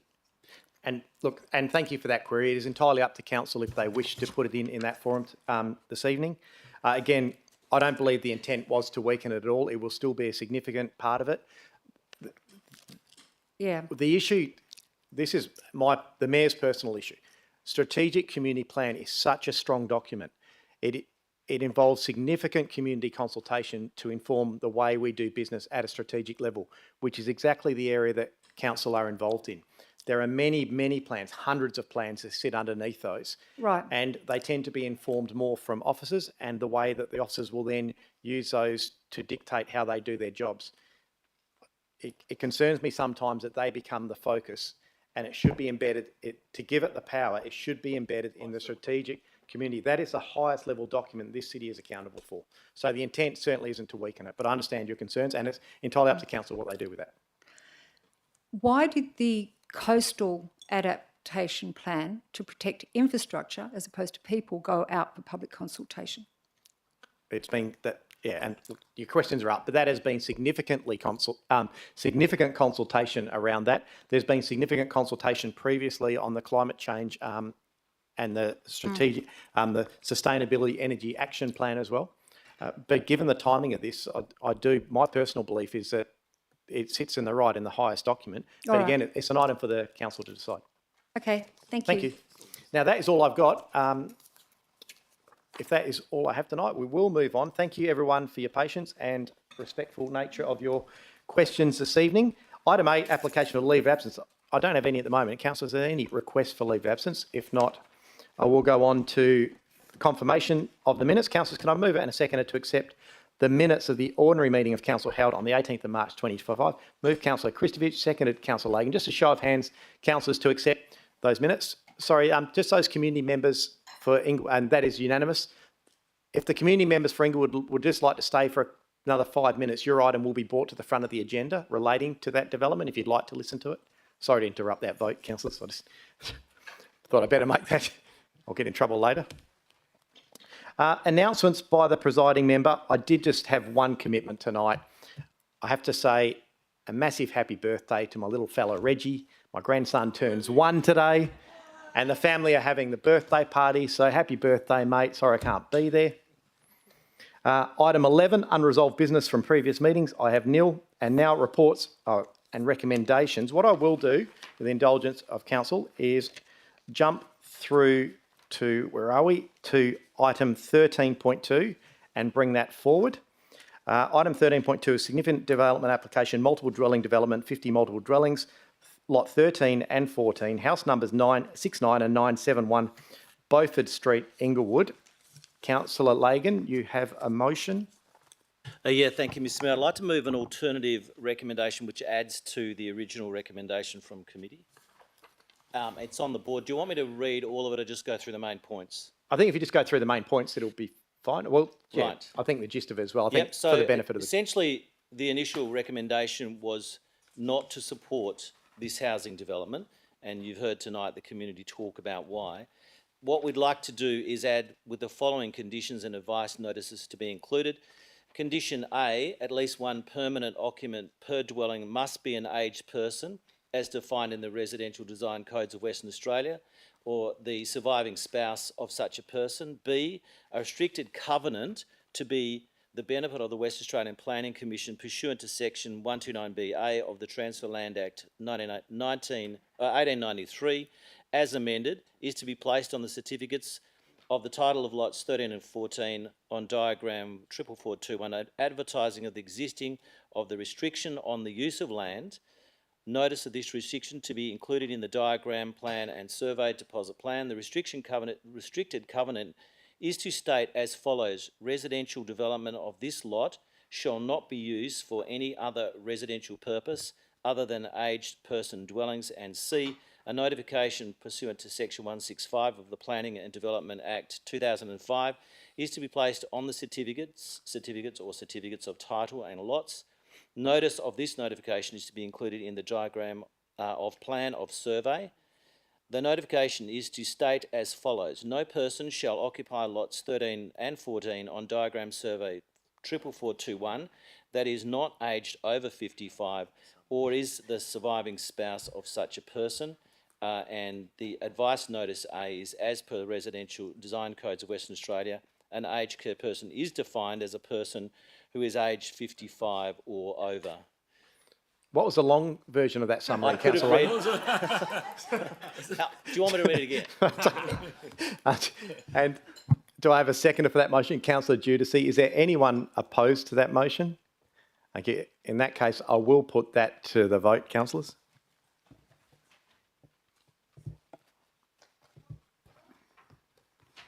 We've just got Councillor Olo and Ferranti to go.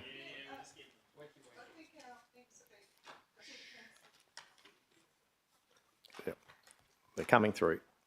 We've got one to go. I've got Councillor Olo. That is unanimous. Thank you, councillors. That motion is carried. Thank you, councillors. So that item is carried. That will now go. The officers will be in contact with those members of the gallery just to sort of outline what that means and also those next steps. Again, thank you for coming along tonight and airing your concerns. You know, I haven't got a lot more to say. The council is certainly behind you on this and will continue to work with you through the councillors. Councillors, we're going to lighten this up now. And well, that cleared out. Got to say, that was all over the place tonight. I didn't know where that was going to go for a few minutes there. We will go now to item 12, which is Community and Resources Committee. Councillors, 12.1 FPA2, the CEUF opportunity was referred to this meeting, so there's no council resolution. Are there any other items that you wish to pull out? Councillor Lagan? Yes, Mr Mayor, I'd like to pull out 12.1 P1, 12.1 FPA1, 12.1 FPA2. Sorry, 12.1, FPA2 is already out. Thank you. Is there any other? Yes, Deputy Mayor? Thank you, Mr Mayor. 12.1 CSA1. Thank you. Councillor Dudak? Can I pull out 12.1 P2? It's just 2 questions, so it might not take too long. Yes. Councillors. And are there any other indications, or we'll deal with those ones? Okay, well, let's get going then. So we'll start with 12.1 CSA1. As Chair of Community and Resource, Councillor Perkoff, we'd like to move the officer's recommendation. Thank you, Mayor. I'd actually like to move the committee recommendations. We'll leave the officers out of this one. Yeah. The committee recommendation as voted on page 11. Thank you. And is there a second? Deputy Mayor Migdale with some questions, is it? Thanks, Mr Mayor. I've actually got a slight amendment addition to the notice of motion, if that's okay. Sure, it was your motion, so let's have a look and see. Let's have a look at it. It's just a slight addition to point 1. Yeah, we'll decide if There it's a you go. slight addition. Yeah, I don't think that changes the intent at all. It doesn't. As a mover of the motion, Councillor Perkoff, are you happy to accept that it will be communicated? Mr Mayor, I'm happy to accept that. Thank you. No problem with that at all. Is there anyone opposed to this motion? Councillor Ree, you're opposed? Do you want to debate this item, or you just want to? I just need to know if you'd like to debate it, or do you just want to vote against it? I'm quite happy to debate it, actually. Okay. I'm very well aware of meeting procedures. I was checking if Councillor Perkoff is the mover of the motion. Thank you, Mayor Owen. Not going to say too much. This was an initiative that's born out of actually from the East Coast. There's about 35 of these exchange sites over in Victoria. It's some good readings, really interesting stuff. And my learned colleague has brought that now here to us in the City of Stirling, and I'm happy to support this for the trial period. Deputy Mayor. Thanks, Mr Mayor.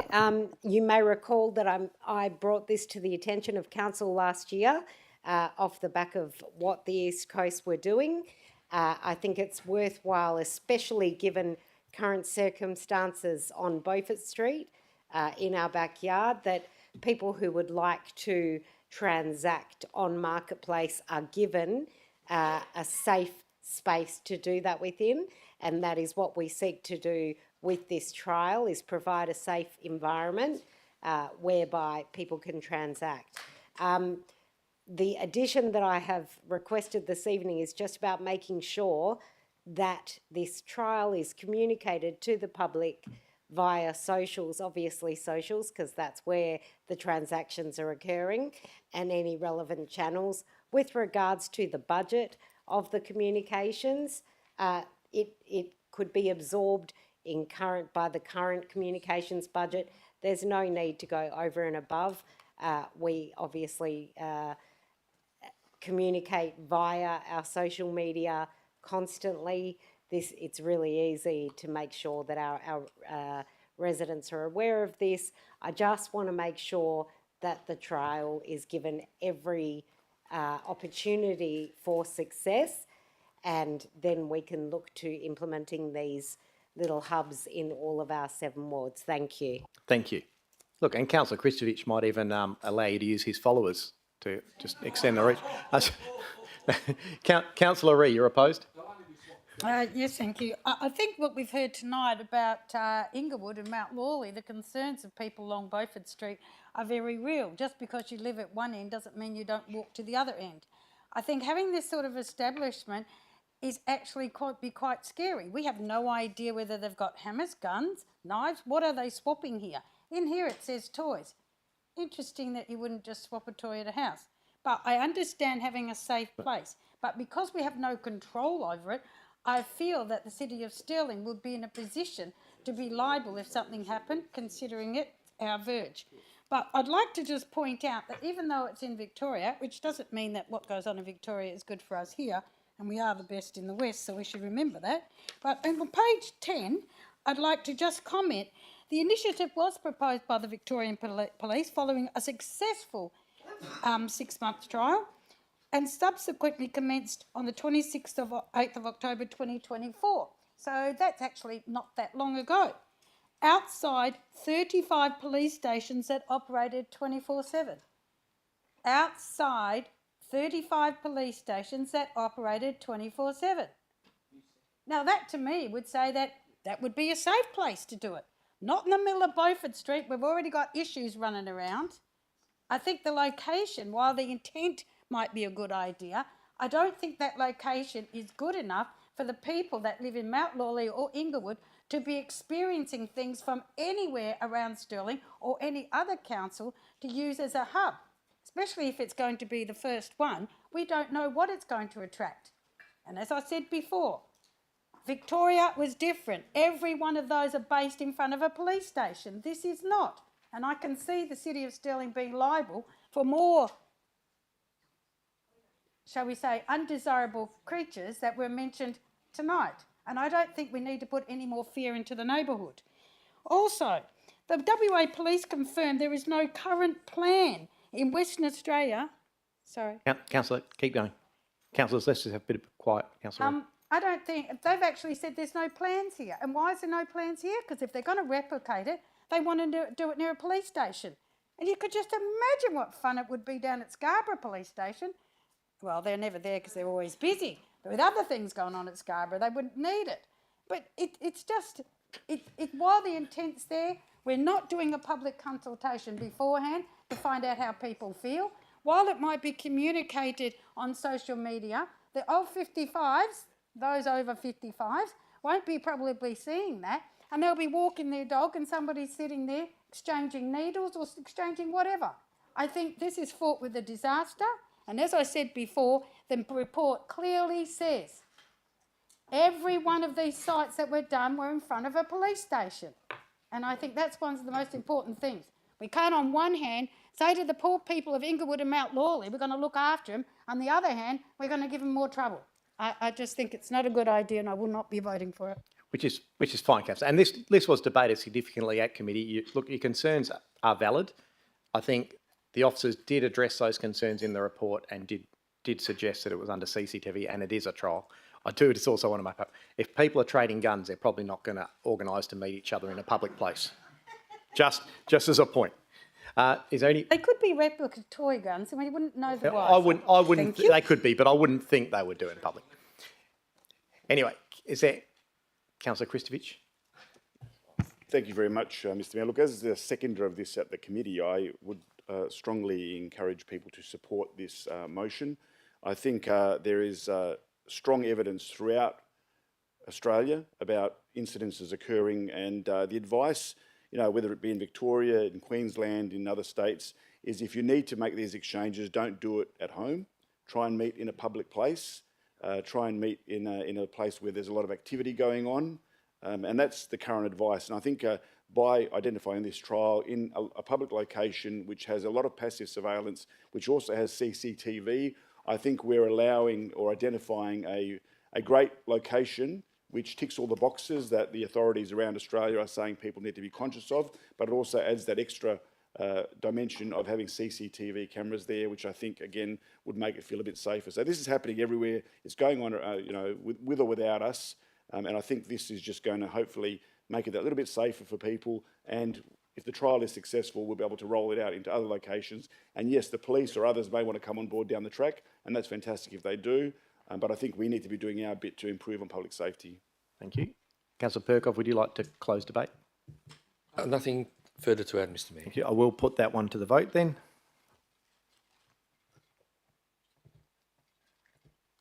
Thank you. And that motion is carried with Councillor Ree voting against, all other councillors voting for it. Item 12.1 P1 has been pulled out by Councillor Lagan. Councillor Perkov is chair of the committee. Thank you, Mayor. I'd like to pass the committee recommendations as written on page 18. Are you opposed, Councillor Lagan, or did you? Okay, you want to second it with something?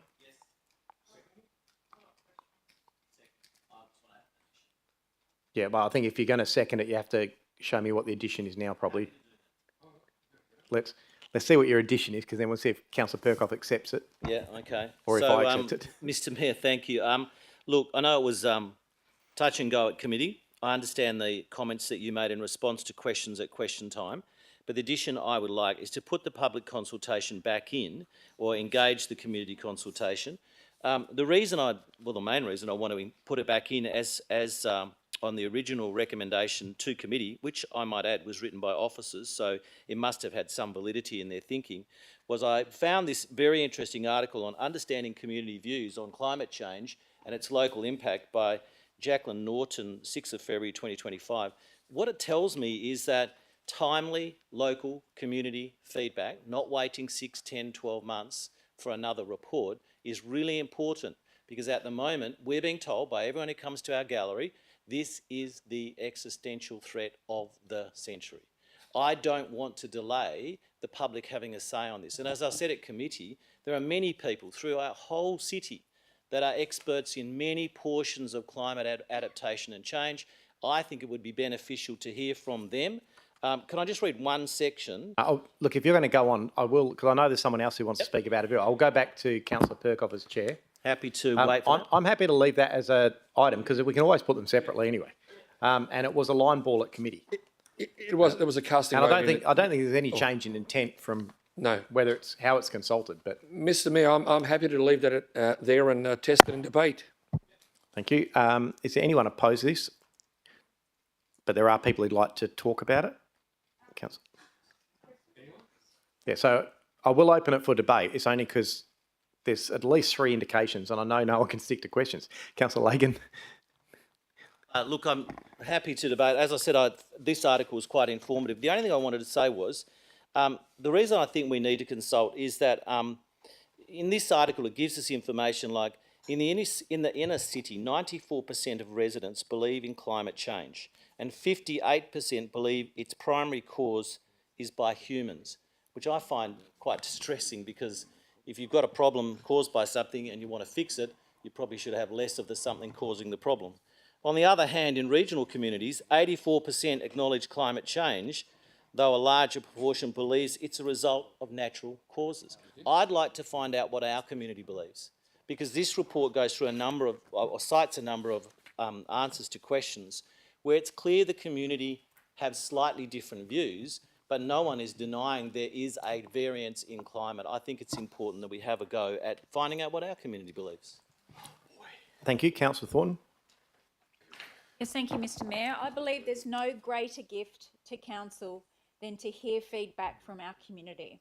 And it's really important that we put this to our community. We,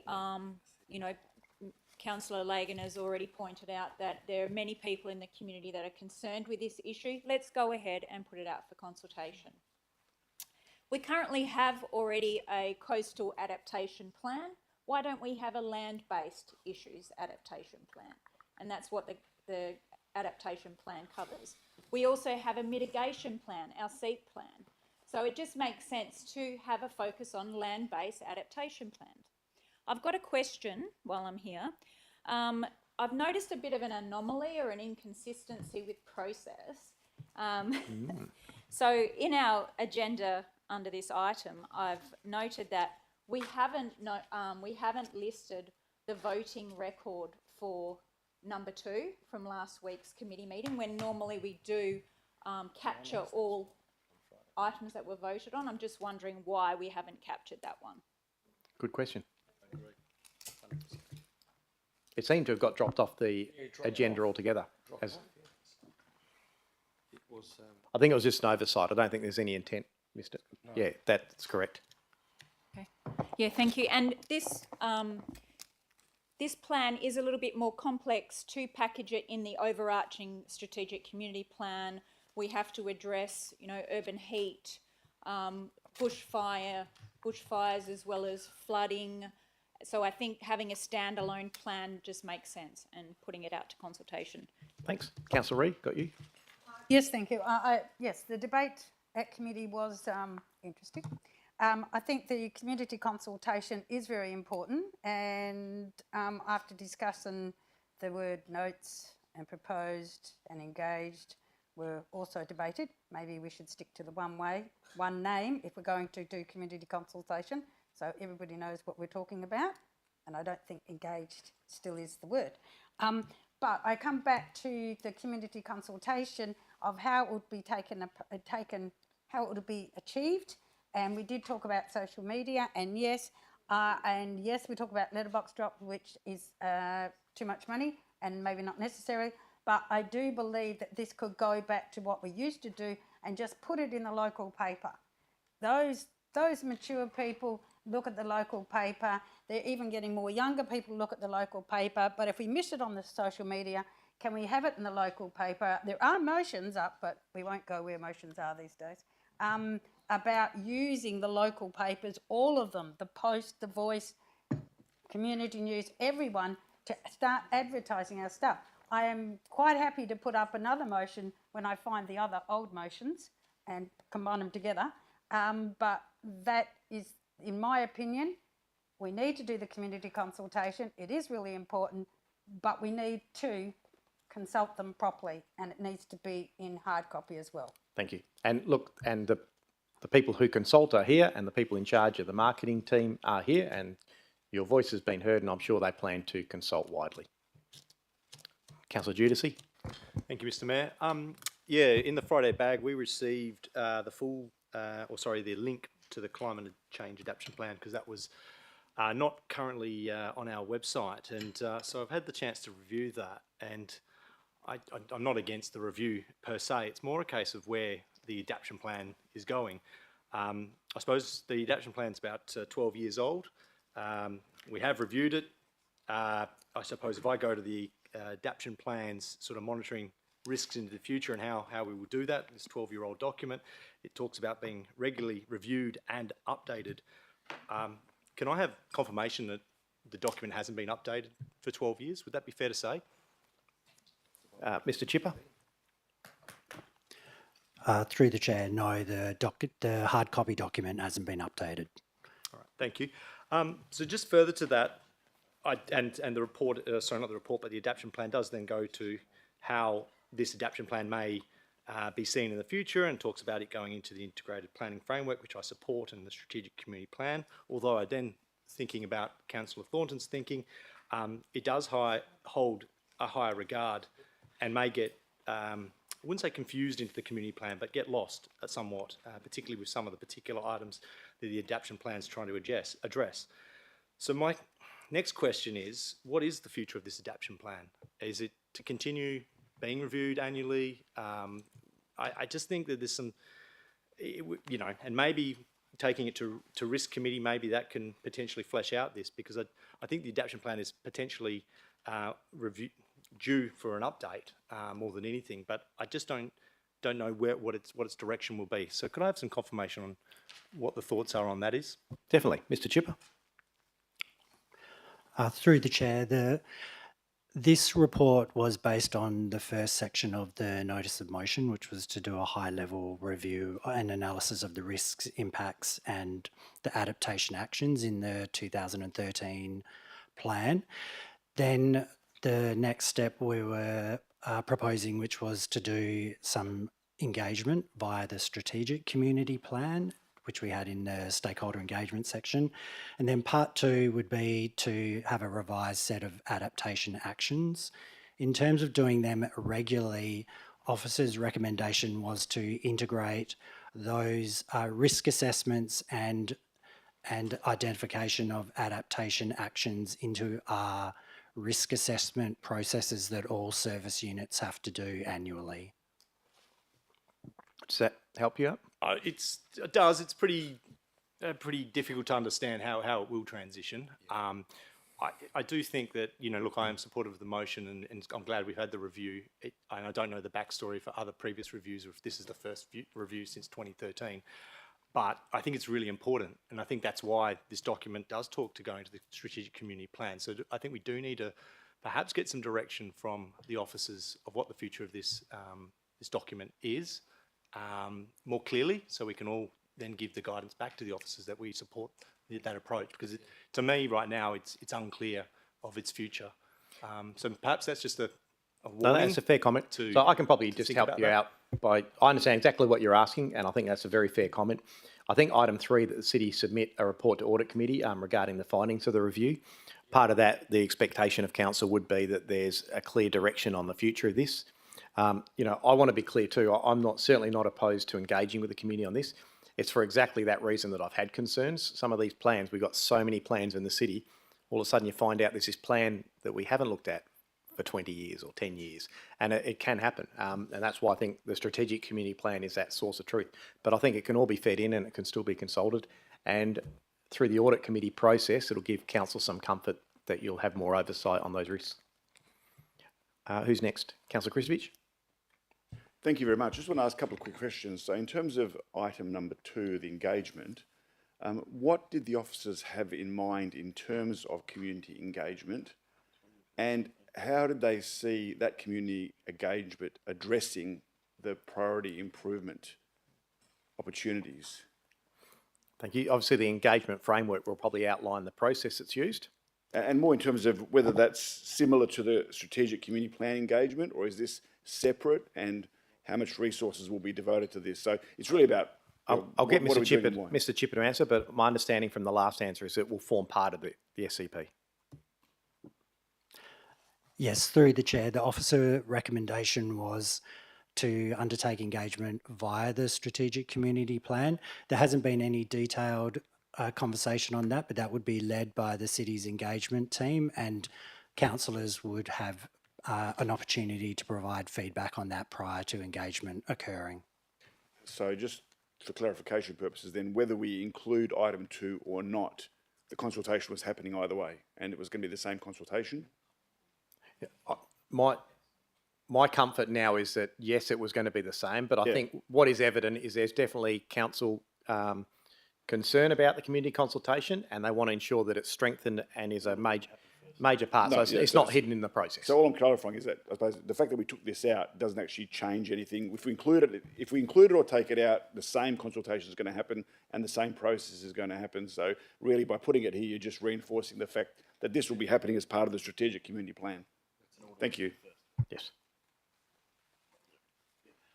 Is there anyone else who'd like to speak on this? If not, I'll go to Councillor Perkoff to close.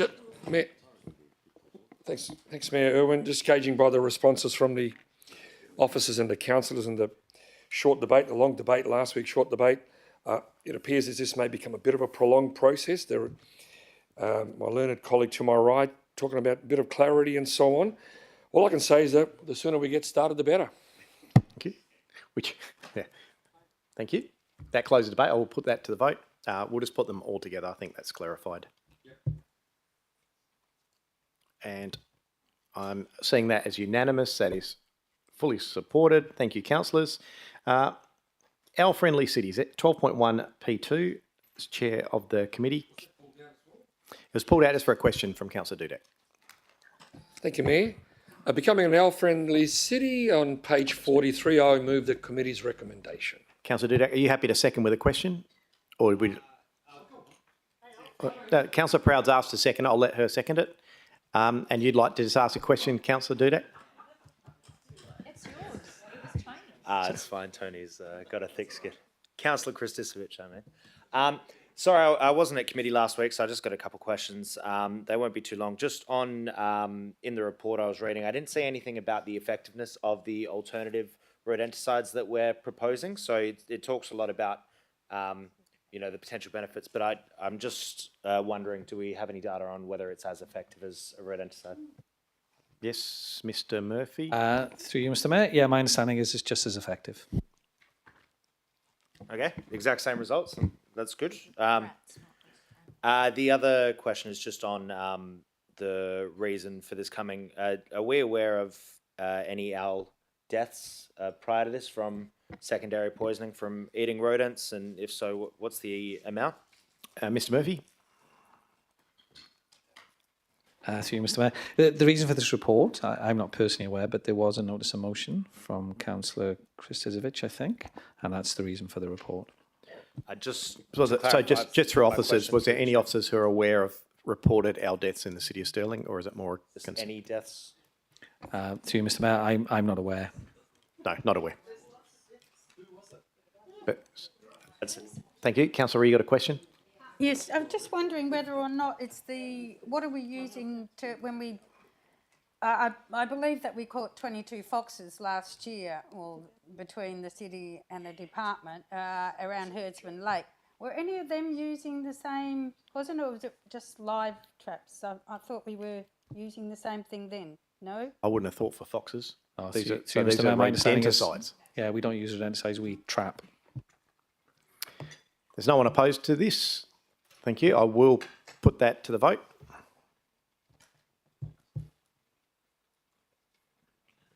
Thank you. That is unanimous, councillors. We're on to 12.1 FPA1, the SEEP, being pulled out by Councillor Lagan. Councillor Perkoff as chair of the committee. Thank you once again, Mayor.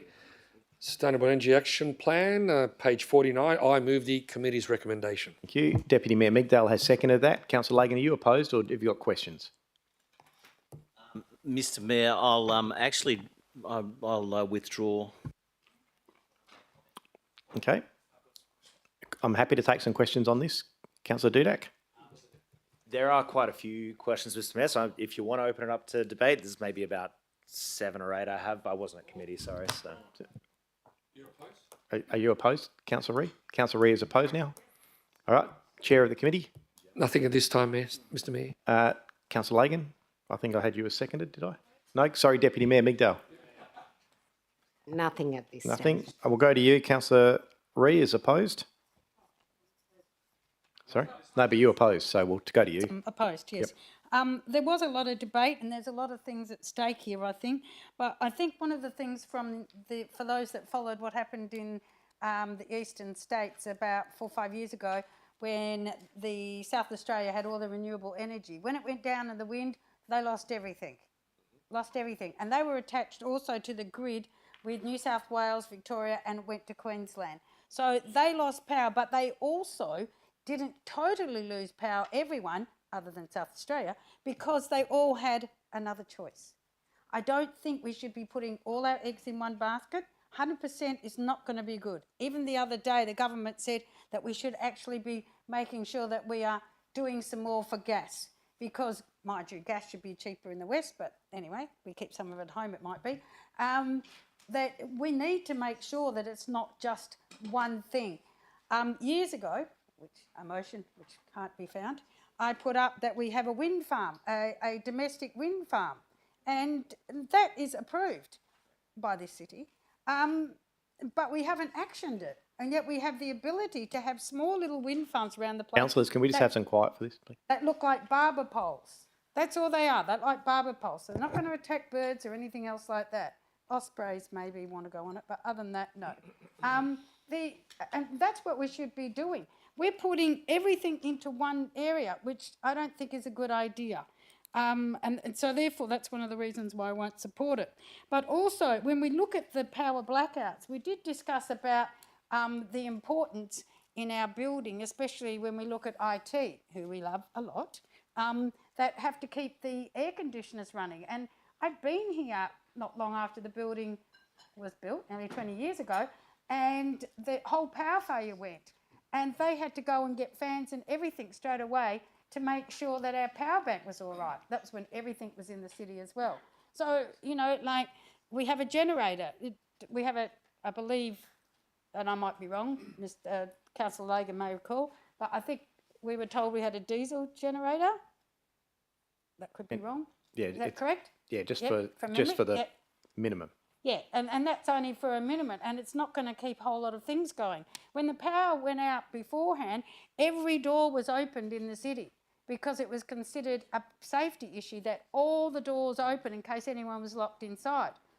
But then it got changed, and then we came locked inside. And I think councillors around the table, Councillor Hatton, I recall, and Mrs Hawkins, we were trapped. We were entombed in the basement, and we couldn't get out. Councillor, I'm happy for you to debate this. I just don't think you're talking about sustainable. Well, I am. I'm talking about power and using one lot of power. But I think we've got in the report. No, I understand that, but let's be very clear. We're a local government, and we're talking about using sustainable energy sources.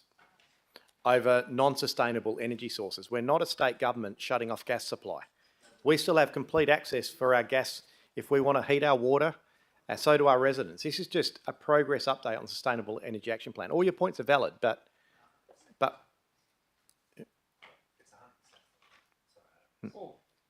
Councillor Ray, you can continue.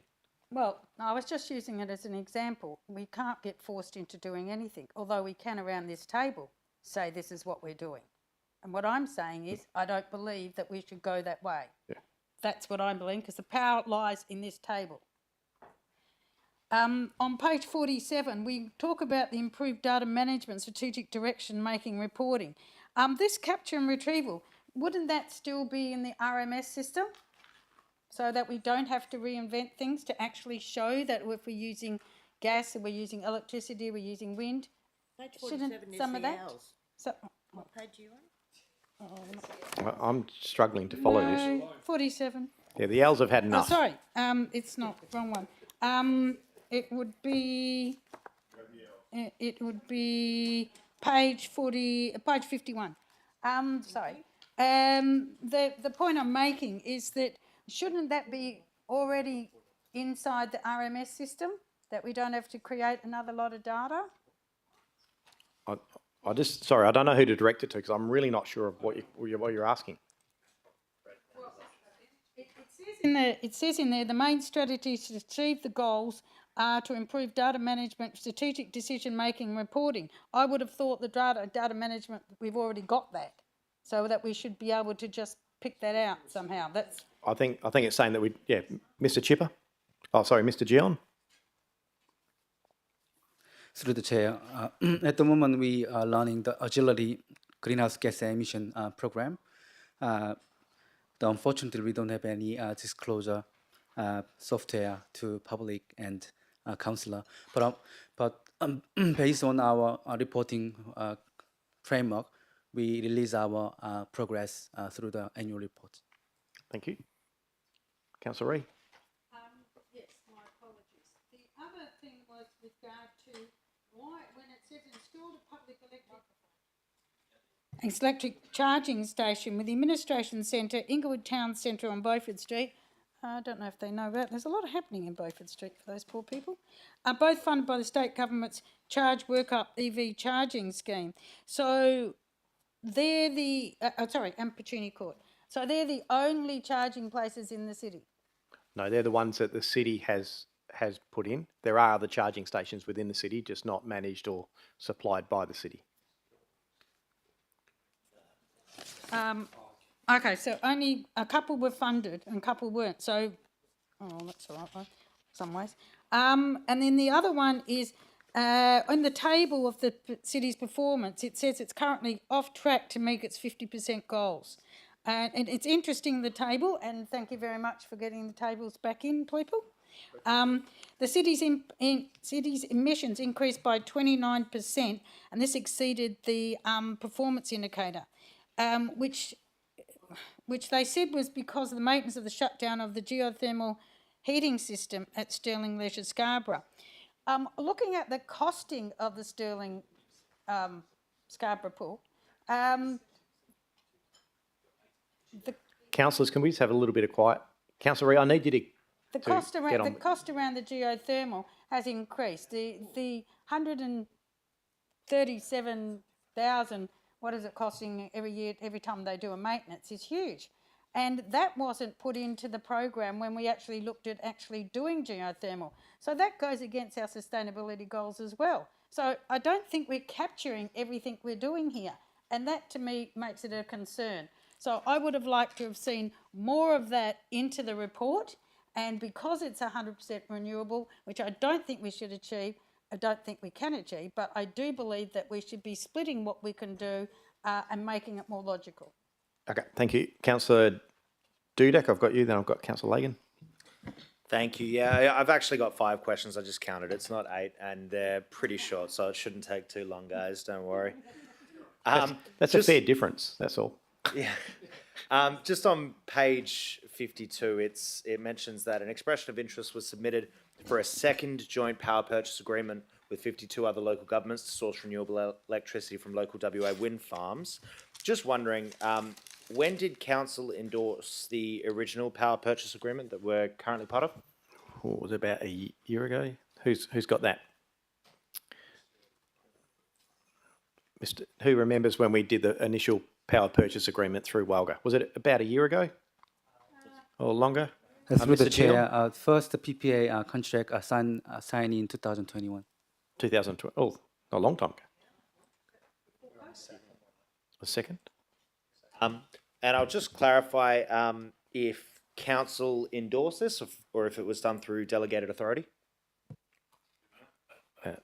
Mr. Murphy, Mr. Council, Mr. Gill? Through the chair, council endorsed. Yes. Perhaps just through the mayor, we could get confirmation of that by email, just the date of when it was endorsed. Yeah, and we'll see. Ms. Hawkins might have some further advice. Mr. John's just talking. The current PPA came through council in 2021 because it went through Walga. It wouldn't have come through council, but we changed the delegation authority. So regardless if it was a Walga process or a city process, it comes to council for approval. So I think the original one might not have come through council. It would have been the second one, because we changed our delegation authorities between those 2 years. Sorry, through the mayor, can I just clarify that again? So the original one came through council, the second one didn't? Opposite. The original one was delegation of officers through Walga, and it was done through the Walga agreement, and the second one came to council. And this is the second one's already come to council? Yes, that was. Yeah, the second one was 2021. No. The first one. So when was the second one?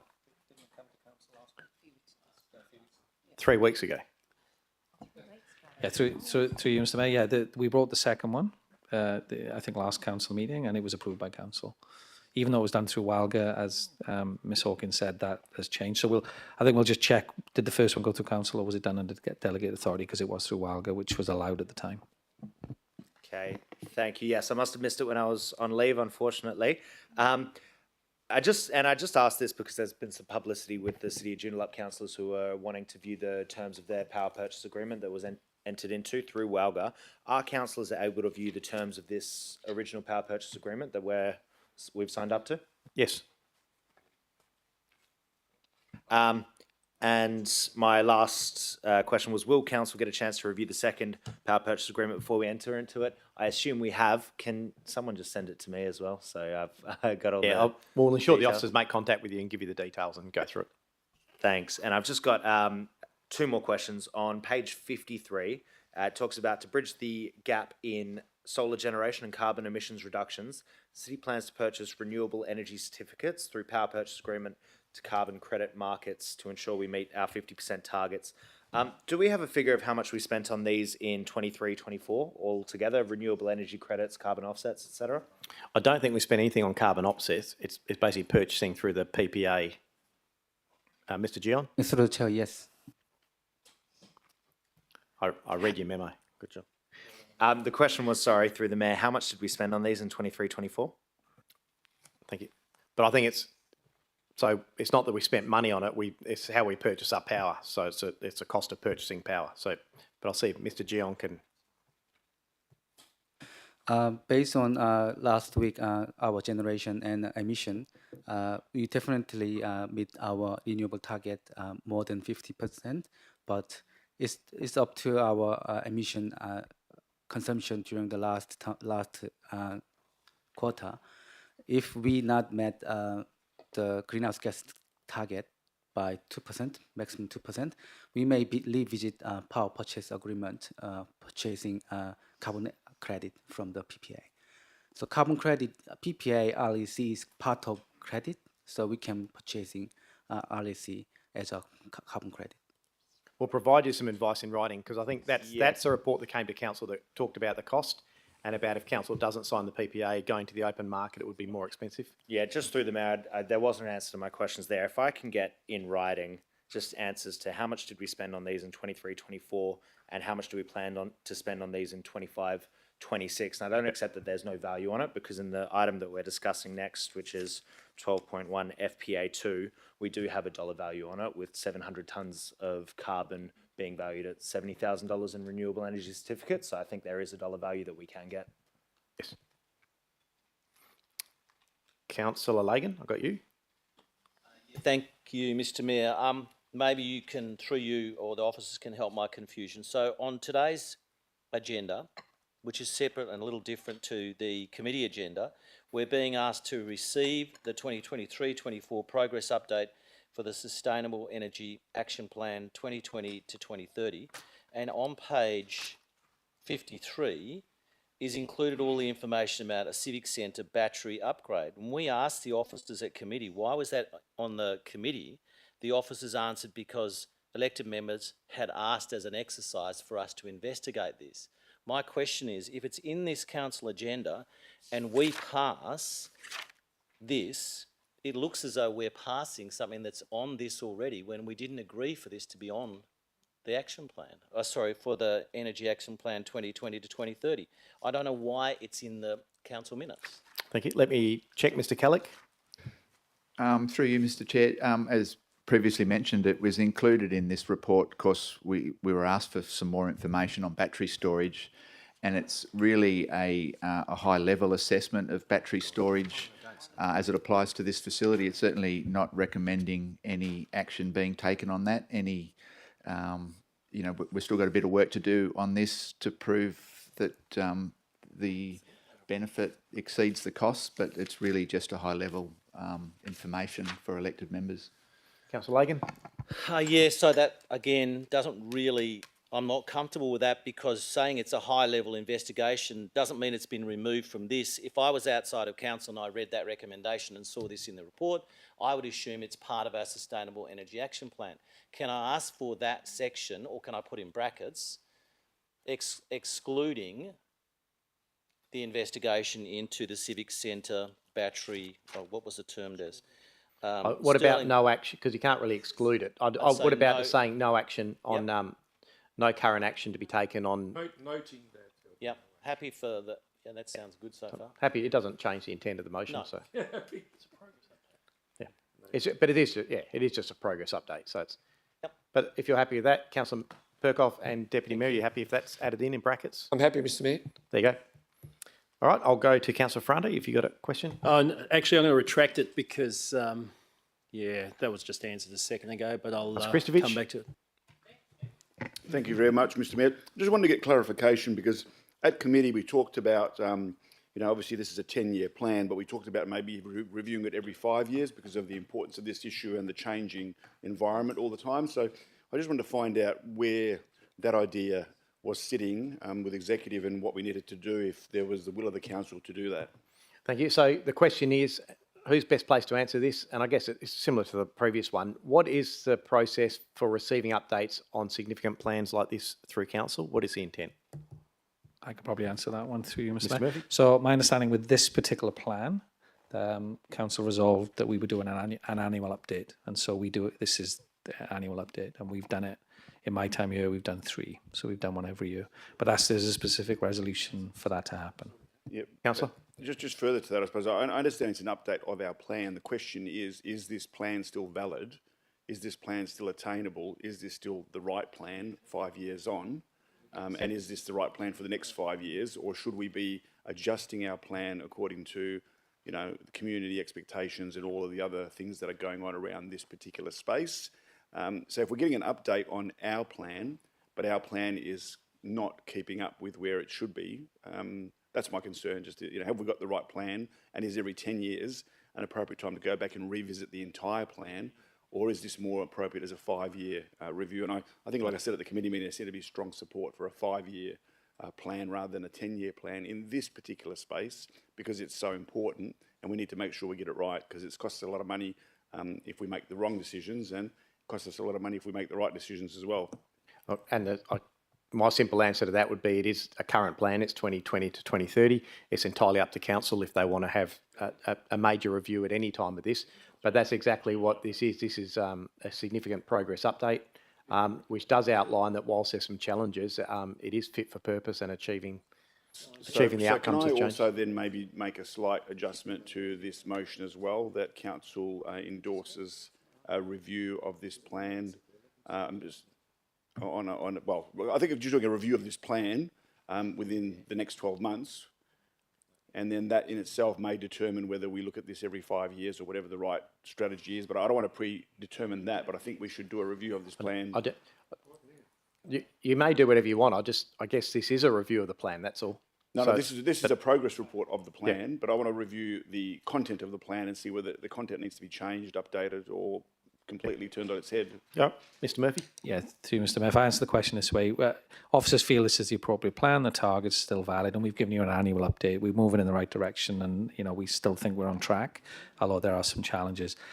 We wouldn't propose to change the plan unless something comes from the strategic community plan. We've talked about that tonight. There's a major review coming up. If we got that feedback that something had changed, then we would propose, it could be a number of plans that could change because of that review. But at the moment, we think we're on the right track and we're not proposing a review or major changes to the plan. And as I said, this report is just an update, an annual update. Well, could we maybe add that as a second point and people can vote on that separately to see whether we can get a... What about we add item 2? So that's 1, and item 2 is, and that following the strategic community plan consultation.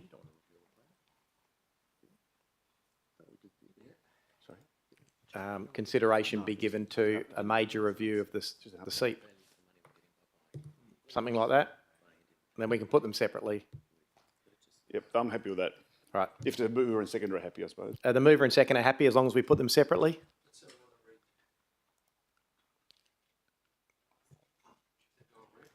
It's just... Just a point of clarification, how long is the strategic community plan? When's that going to actually be done? Later this year. Will that be completed? This financial year. It'll start this coming financial year. Sorry? This coming financial year. And what year will it be finished? 26. 25, 26. 25, 26, okay, all right. Can I just check with the mover and seconder, given that I'll put these separately, are you happy just for ease of getting this moving If this will get us through this item, Mr. Mayor, the third word in point 2, is that a complete word? Community. Is that something? Community? Can we just put that up so I can... Yep. Hold on. Deputy Mayor, are you happy? Yep. What's your point of order? Well, I'd like to just ask a question as well. Again, I think it's going to go straight to the vote after this. So, am I able to make a question before we... No, it's not going to the vote. I haven't finished. Yep. Let's... Mr. Mayor, I'm happy with that current change. I'm just trying to fast track this so we don't get into a whole debate about another part of it. I will put those separately. That way you have the choice. Clarification then. What does it mean by consideration be given to a major review of the SEEP? Is whose consideration?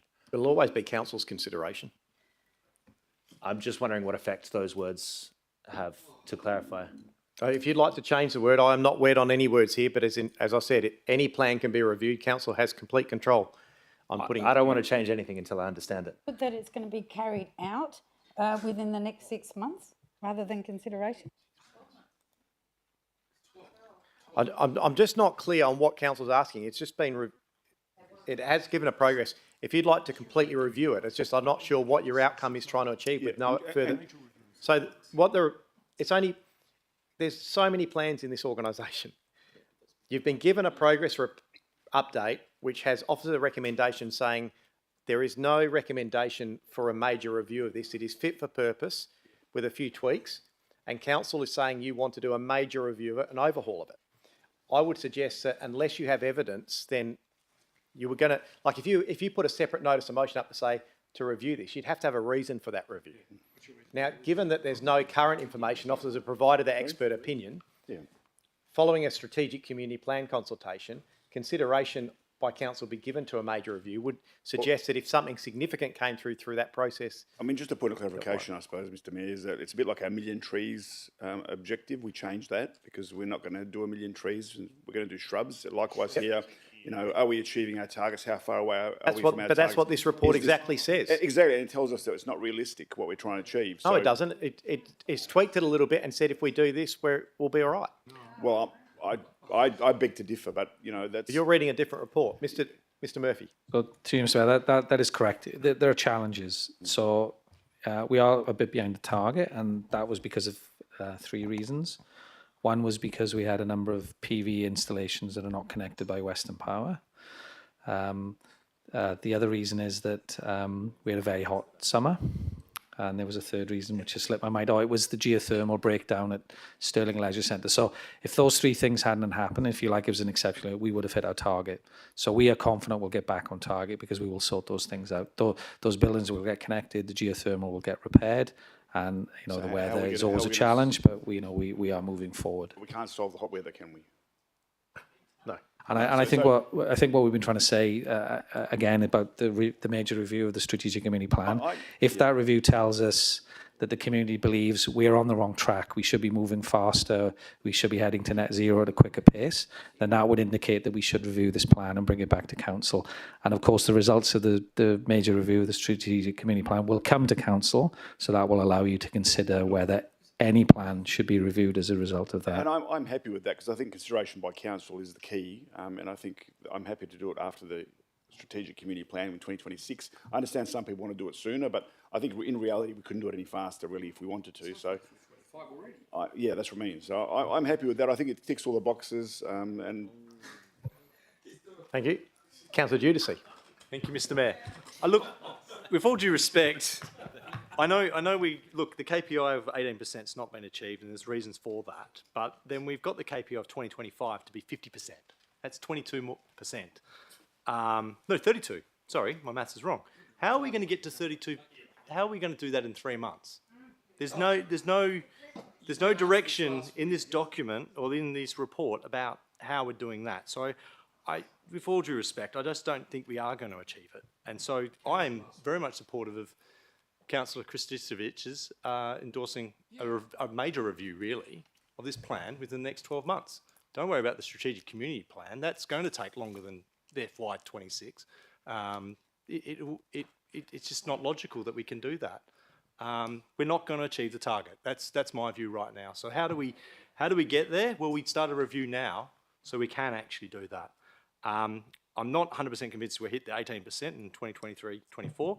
I mean, in fact, we're 9 months in, and we haven't actually hit 18%. I mean, Western Power might be dragging the chain here, but yeah, as I say, I cannot conclude how we can actually reach that target, and so hence the reason why I'd be strongly supporting the endorsement, the council motion that Councillor Kristicevich has put up, and so that's my point right now. Thank you. I'll get Mr. Gion to provide some answer to the...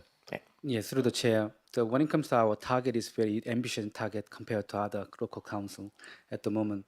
The easy way to meet our target is just purchasing REC and carbon credit as other councils do now. But the reason we invest more money solar and heat pumps is to reducing energy consumption and greenhouse gas emission both at the same time. That's the reason we want to more investment on our SIP program. But if we don't have any investment on energy program, we cannot meet the target, just pay extra money for purchasing REC at the moment. Thank you. Are there any other councillors that want to speak on this? That's all right. It's important, it's good. If there's no one else, I'll go to you, Councillor Perkoff, to close debate. I'm guessing from that reaction you don't want to speak. No, thank you, Mayor. That's all. And I'll put these separate. That was a commitment. So I'll put item 1, that the council receives a progress update.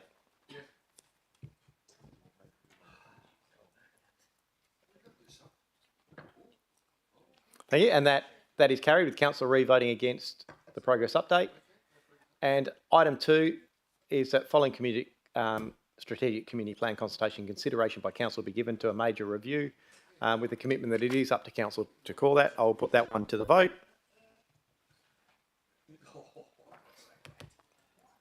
Okay, and that motion is also carried with Councillor Giudice voting.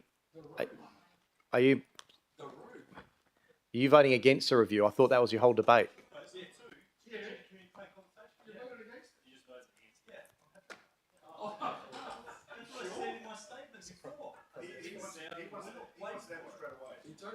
Okay, with Councillor Giudice left anyway, move on. 12.1, I'm confused. 12.1 FPA 2. This item was referred to council. There was no resolution at committee. No. So Mr. Mayor, Councillor Perkoff may take a seat. Yeah. this was referred back to Take it- council. Take a seat. There is Oh, I no was- committee recommendation. Oh, You have no role to play. Councillor Lagan, I'm aware. There was no point in beating around the bush. You referred this. Yes, Let's hear it. So I'm voting against any recommendation to undertake the expenditure and the recommendations that were put in the committee. You can't vote against because there's no recommendation. So what is your recommendation? The recommendation was the council support heat pumps as preferred renewable energy option. Councillor, it doesn't matter what the recommendation was. What's your recommendation? My recommendation is not to support. So let's hear that one because you are the mover of this motion. That we do not support the recommendation for expenditure for the CUF expenditure for heat pumps at the Inglewood Sterling Leisure. I've got to get that right. Okay, so just one that council does not support. Yep. I'm happy to speak on that. Thank you. Is there, so just number one is the only one? Yep. It doesn't need to go into the others probably if it does not support it.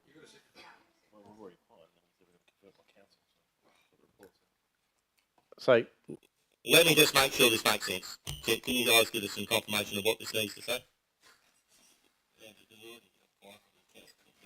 So we don't endorse the grant funding. So we've got, you already put the grant funding forward. You now got to say we've got council resolution which supports it. So we need to say at least the second one that council does not support. So, You'll be clear. all right, so it does need to say that council does not endorse the submission of an application. So,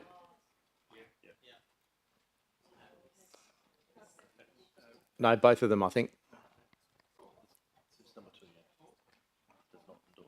Councillor Reid, are you seconding that?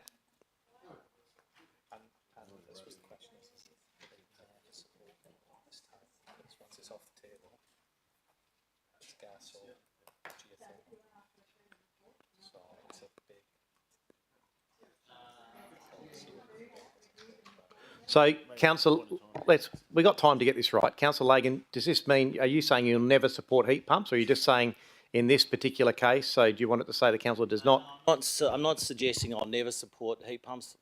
Dramatically, I'm actually supportive of some of the technology. Maybe we need to say 3 at a future investigational review. I've got some issues with the funding and some other parts of it, so I'm happy to talk about those. That'll explain. Yeah, I think we just need to make sure this makes some sense. That's fine to add we do a future review. I'll explain why. future review be brought to council. Yeah. For the investigation of installation of heat pumps be brought to council at a future date. Future report? Or heating of the pool? Yeah.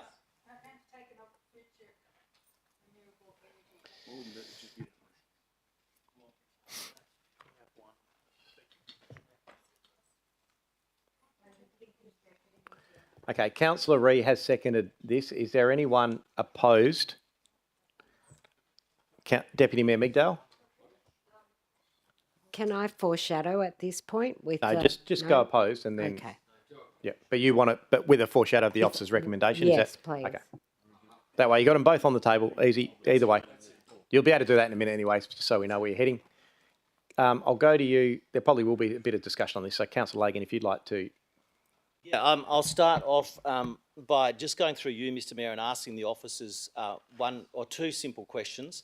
My first question through you is the water heating system at the Inglewood pools a new system? And if it is a new system, when was it fitted? Thank you. Mr. Kellick? Yeah, the gas boilers were installed as part of the most recent upgrade. And can officers give me the price for that? Mr. Kellick? Through you, the Chair, I don't have those numbers at my fingertips, but I can certainly find out for you. And just to confirm, another question through you, the heat technology for heating the water at the Inglewood pools is powered by gas and partially by solar. Mr. Kellick?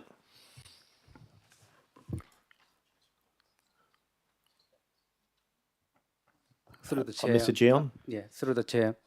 When it comes to pool heating, gas at the moment hit by the gas, but only way to heat by solar heating, not the solar PV. It's very less efficiency at the moment. Correct. Yeah. Can I just also, while Councillor Lagan's asking questions, can I just ask any officer in the room if you can try to find out? I can't believe that someone in this room doesn't know how much we spent on the heating, the gas boiler And- systems for that pool during the recent upgrade. So if someone can try to find that out, that'd be great. So third question through you, we've just heard it's brand new system with the new upgrade of the pool and that it uses gas. My next question through you is the city, I believe, recently we were brought a contract for the purchase of gas. It might have been a tender document we looked at. How many years have we signed up to purchase gas to use as a heating element in any of our pools? Thank you. Is anyone aware of the answer to that? Mr. Gion? Yes, through the chair, gas contract, we renew our contract. As I mentioned before, our contract is $18 per gigajoule at the moment. When it comes to supply of the gas issue, entirely Australia. But fortunately, our WA different gas supply. Yeah. So we have luckily we have a lower price, but definitely more expensive than before. When it comes to 10 years ago, our price is $12 per gigajoule. And then So- going down to $8 Yeah. in 2022, and then going up again to $18 this Thank year. you.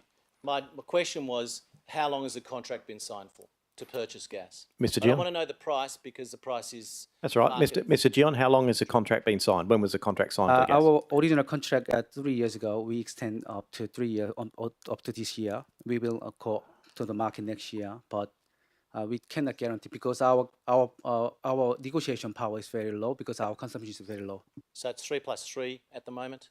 Yeah, Yep. so we'll go to the market again. Okay, happy to speak as to why I have moved this motion. First of all, can I say I am not opposed to heat pumps. I also note that in WALGA and ALGA documents right throughout Australia, they are pushing that large municipalities move to heat pumps. And I ask the question why? Because the technology is not 100% proven, not the external air conditioner units that we're looking at. So we're looking for an extraction system that uses air. There's also heat pumps that put a spear in the ground and they use ground temperature. If you want to see a simple explanation of that, go to Harry's farm. He bought one and put it on his farm and he explains how it does and doesn't work. We're talking about the probability of putting in heat pumps at a major venue that will need huge amounts of power, either gas or electricity or solar, to run the heat pumps. These are like standalone air conditioning systems. In our report, we're told it's partly run by solar, and we all know that if the sun's not shining, they're not being provided power. So the obvious answer to my next question would be, where are the heat pumps going to get power from? They're going to get them from the grid.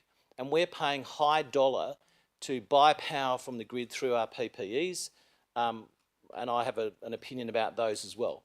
The heat pump system that we were explained would be put at the Inglewood pools would look fantastic as a lighthouse system, would be a great system. Look at Stirling, we're leading the way. But you're talking about $2.5 million on one budget cycle, $2.5 million on a second budget cycle. An application in round 2 of the CUF, I don't know why we missed round 1, I think the officers did explain that, of the possibility of getting the maximum amount of $2.5 million. That's the federal government, Mr. Bowen's Department of Climate Change, great idea. Taxpayers have already paid for the department and for everything they're doing in climate change, and they're saying, well, you can buy heat pumps for your city, but we'll only pay $2.5 million. You can pay the $4, $5 or $6 million extra to do your own solar panel upgrade and renewal, which is in the report. And you can also do it to build your ground platforms for them, build your soundproofing around them, everything that goes with the electrical application and wiring, you can do it yourself. Why would the council buy what taxpayers in Australia have already paid for in their fuel excise, in all of their power costs that are being running in Australia, and only get $2.5 million in a project that wanes between 4.8 in the document up to nearly $6 million? From my point of view, it's a great idea, great technology, a bit early in the game to be doing it right now, but it's way undervalued by the federal government. If the federal government is serious about climate change, serious about new technology, then fund it properly. Don't ask the ratepayers to go and pay for it again just because we think it's a cool system. And then you go to the logic. We've just put in a brand new gas system. What are we going to do with that? Just turn it off? Can you sell a second-hand system off a pool to someone? I don't think you would be able to.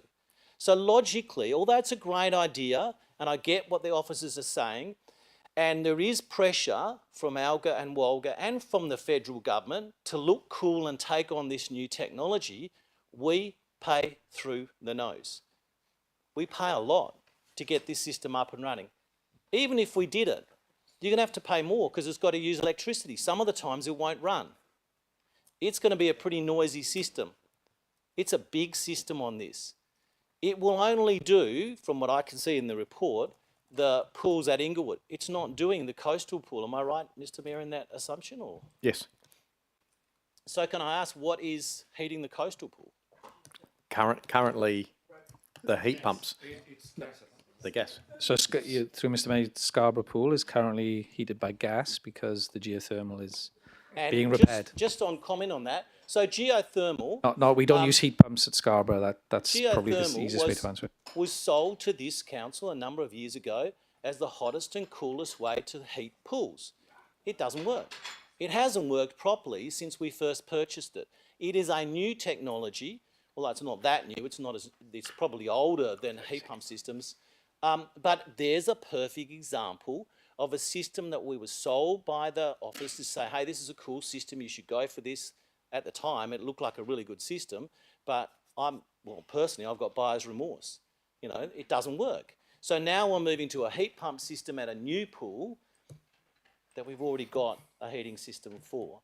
And for me, the real solid reason why I can't vote for this or can't support heat pumps just now is that the federal government is shortchanging this council, shortchanging its ratepayers, and if Mr. Bowen and the federal government was serious about what they talk about, they would fund this to 80% or more. Thank you for that. That motion is moved. Councillor Ree, you've supported that?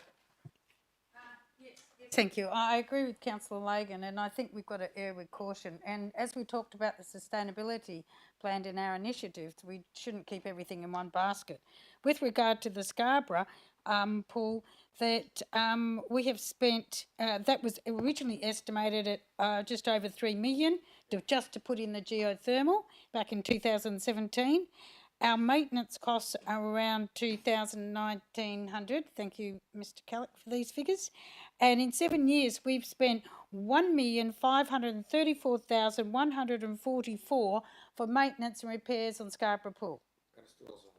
And it's not working. I think we have to look at it. We could all be told, you know, let's take the next trip to Mars, and we all hop on because it's a good idea and it's sustainable. But, you know, we've got to look at it properly. This is our ratepayers. I could be building so many women's sheds out of this. We could be helping so many people out of this. How did I know you were going to use this to get into women's sheds? Because I'm not dead yet and I support women. But I will sit there and maintain of getting things like that, and because I think it's important. I don't think that we're doing our energy properly, and like we discussed earlier and around the table, we need more of a review. We can't get 25%, we can't get 30% or anything else in 2 months. And that should have been in the sustainability that we just looked at the plan, because that's where the review is. We're not going down there. There's something seriously wrong that we're not looking at overall what's happening. This is not our money. It's ratepayers' money. And it's a lot of money to spend on maintenance. We've got nothing to show for it, especially when it's broken. And yet I put up that we should be maintaining... But can I be clear? I've just got to bring you back, though. You're talking about maintenance and it not working. This is about a working heat pump, but an option. I just think you've got to keep to this item. No, we're talking about geothermal in this too. No, we're not. There's nothing here about geothermal. The motion before you is not supporting a heat pump. Exactly. So, when we're looking at other options, which is up there, do not support heat as a preferred renewable energy option. Yep. So if we're not going to support that, we've got to support something else. Therefore, we have to discuss about what else we can support. No, you're supporting the status quo. Councillor Lagan's been very clear with this motion. I know, but and what happens when it breaks down, like at Scarborough? This is what we've got to do. I think we've got to look at things a little bit better. And I'm concerned without the money. Councillors, we've got about 6 conversations going. I'm concerned about the money we've paid on the maintenance in some of these things, and we're not even putting that maintenance into buildings. So, you know, that's why I fully support this motion. Thank you. Deputy Mayor. Thank you, Mr. Mayor. I think that we've really gone down the rabbit hole with this one. At the end of the day, there is a reason. There's a reason why nationally most local government councils are heading to heat pumps. And you'll find the reasons on page 60 of your agenda, a side-by-side comparison. Now, I understand that Councillor Lagan takes issue with the federal government for not entirely funding this. However, the councillor did suggest that he does support heat pumps as being the preferable technology. A point of order, I didn't suggest it was the preferable. I said it was one that I'm happy to investigate. Thank you. It's noted. Okay, Yep. okay. At the end of the day, here it is. We have been given a side-by-side comparison. We know through our own experience as a local government that the heat pumps are going to serve us not only being less expensive in the long term, but working without breaking down like with the issues we've had with the geothermal heating. The onus is on us to provide a service for our residents through our Stirling leisure centres. What are we looking for to be able to deliver that? We need reliability. We need to have reliability. We also need to look at the carbon reductions, of course, and equally geothermal and heat pumps are pretty much 6 of one, half a dozen of the other. I think that you've got 762 versus 763 emissions. Expected lifetime, obviously heat pumps has a shorter lifetime, but then the cost is reduced as well. Councillors. So Deputy Mayor, just Wait a sec. Councillors, I can see at least 3 other conversations going on. It makes it really hard to hear. Please, let's just get through this. it really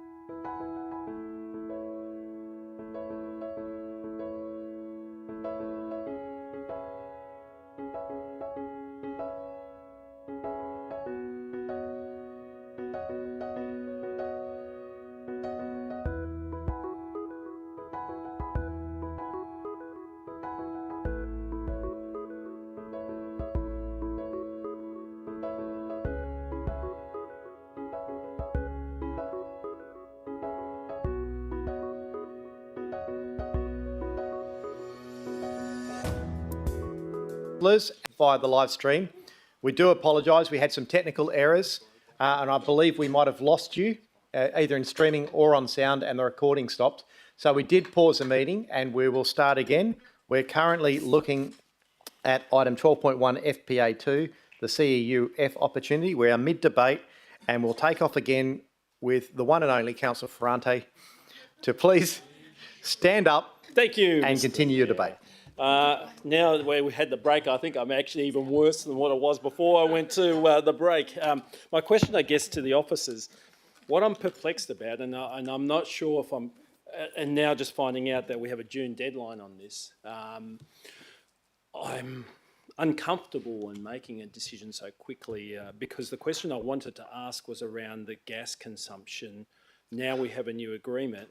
What's that forecasting to be like if we continued using gas and didn't do this at all and just said, what's gas going to cost us? I think we can get that answer. Yeah, okay. Yeah. So the current, in terms of the gas, the current contract, the price, and the projected price, if you have an estimate of what it may go to in the future? Currently, federal government opposition leader suggesting gas prices down from the $14 per gigajoule to $10 per gigajoule. As I mentioned, in Western Australia market is different, but suggesting Sorry, for Mr. Mayor, but I can stop the officer. It's not going to answer the question I want to know, is what is the total dollar figure per annum of what gas will cost us to do the same thing? So how much is it costing per annum, Mr. Kellick, per year to heat via gas? Through you, Mr. Chair, I've got a 20-year figure. So to heat. Sorry, I don't have an annual figure at my fingertips, but over 20 years, we'd be expecting to spend about $12.8 million heating the pools with gas. Point of clarification, can we just get a one-year figure based on the current gas price? Because I imagine that's taking into account potential increases, things like that, Sure. things we don't So know. we'll leave them to work on that. Councillor Ferrante, continue. Well, I sort of needed that for the next question, I guess. So maybe Mr. Kellick? Yeah, thank you. So through you, Mr. Chair, just extrapolating that 20-year figure, that comes out at $640,000 a year. Point of clarification, that just seems like a dividing by 20. Do we have a current figure based on the current gas price? Mr. Kellick? Mr. Gion, do we have a current figure of what it costs to heat via the gas price? You know the price per kiloton 18, watt? in fact, 18 kilowatt. It's 18 18 joules per tonne or whatever it is. Yeah, current price is $18 per gigajoule. So how many do we use? Per gigajoule. How many kilojoules per year do we use? So Do we sorry know? about that. I can't remember that. Yeah. Yeah. Councillor Ferrante, Yeah, so that's as again, good as you're going to get. Again, so look, and I understand the officers are sort of looking at options because of the funding, and it's all about the funding and the funding and the funding and the grant, right? And the return on investment. But the thing that's most needed is the third option. What gas would have cost us in that same period of time? Because this is not making, I'm just making a decision based on grant funding and not if I was the king dog of my business and if someone asked me what the question was. And I'm really sorry to the officers, but I mean, the June deadline to me is now we've got a gun to our head to make a decision on $2.5 million. So I will just, you might want to retract that. I don't think there's a gun to your Well, head. I'll retract it, but I mean, I feel like I'm pressured Sure, now but by June. I think in fairness to officers, look, and whilst everyone's entitled to their view on how they vote on this, this was referred from committee, and I don't believe any questions have gone through to officers to try to clarify any of those reasons why you deferred it for a week. Yeah, And point of there's order, Mr Mayor, I thought about this over the past week. Sure, This is and I've why got no I made problem with this that. I'm position. just clarifying. I think in fairness to officers, they haven't received a flurry of questions to try to clarify any of these things in the week preceding this. You're still entitled to your views, but I think it's important that we... Yeah. It's myself, yeah. Councillor Perkoff, you are now up. Thank you, Mr Mayor. Perplexed, that is the word. Not sure who used it. Might have been Big Dog, might have been Trolley Joe, or... we were looking at this table, and I've looked at it, and you are right, Mr Mayor, we should have gone to the officers. I guess we were busy with other things, unfortunately. I would have just liked to see a third column which is in my face, with these figures running across. on page, is it page 60? Yes, Councillor. Yeah, that's all I would have liked to see from the officers. Is there such a column that exists that could be put in there, please? It's probably late tonight to think about it. I'm much like Councillor Ferrante. I'm just absolutely undecided at this point in time. Thank you. I've got Councillor Christovich, then I'll have you, Councillor Papag. Actually, I've got Councillor Hatton before you. So just one thing I wanted to say. You promise? And a number of questions. But no, so when did heat pumps become the preferred technology for this particular purpose? When did heat pumps become the preferred technology for this particular purpose? Good question. Mr. Kellett? Through you, Mr. Chair. Thanks for the question. So, our internal staff have been looking at sustainable energy options for this facility over the past few years, and we've had some reports done. And the first one we had done actually looked at the preferred option for this facility, and this heat pump option came out as the preferred option of that, I guess, optioneering document. So that would have been a couple of years ago, perhaps. And moving on from that report, we've then got some more detailed information on the heat pump option that we're putting for you tonight. So there's quite a substantial piece of work behind this information we're giving you tonight. So as Mr. Murphy alluded to previously, heat pumps have been around, very popular in Europe for 20 odd years. It's not a new technology. And the way I had it described to me when I was asking my team this morning was that it's, we've suffered a bit from the WA wait a while state. It's more popular on the East Coast than it is in Western Australia. But it started to emerge as a popular technology probably on the West Coast, and certainly the current government has sort of steered solutions towards this heat pump option and this electrification of facilities, moving away from the fossil fuels. And we've already got some the results of the round one of this funding, and there's quite a number of heat pump and electrification projects of aquatic centres that have been successful in that first round. So I guess it's sort of, the dial moved perhaps when we looked at geothermal back in, before my time here, but I imagine that was 2015, 2016. It was probably a preferred technology.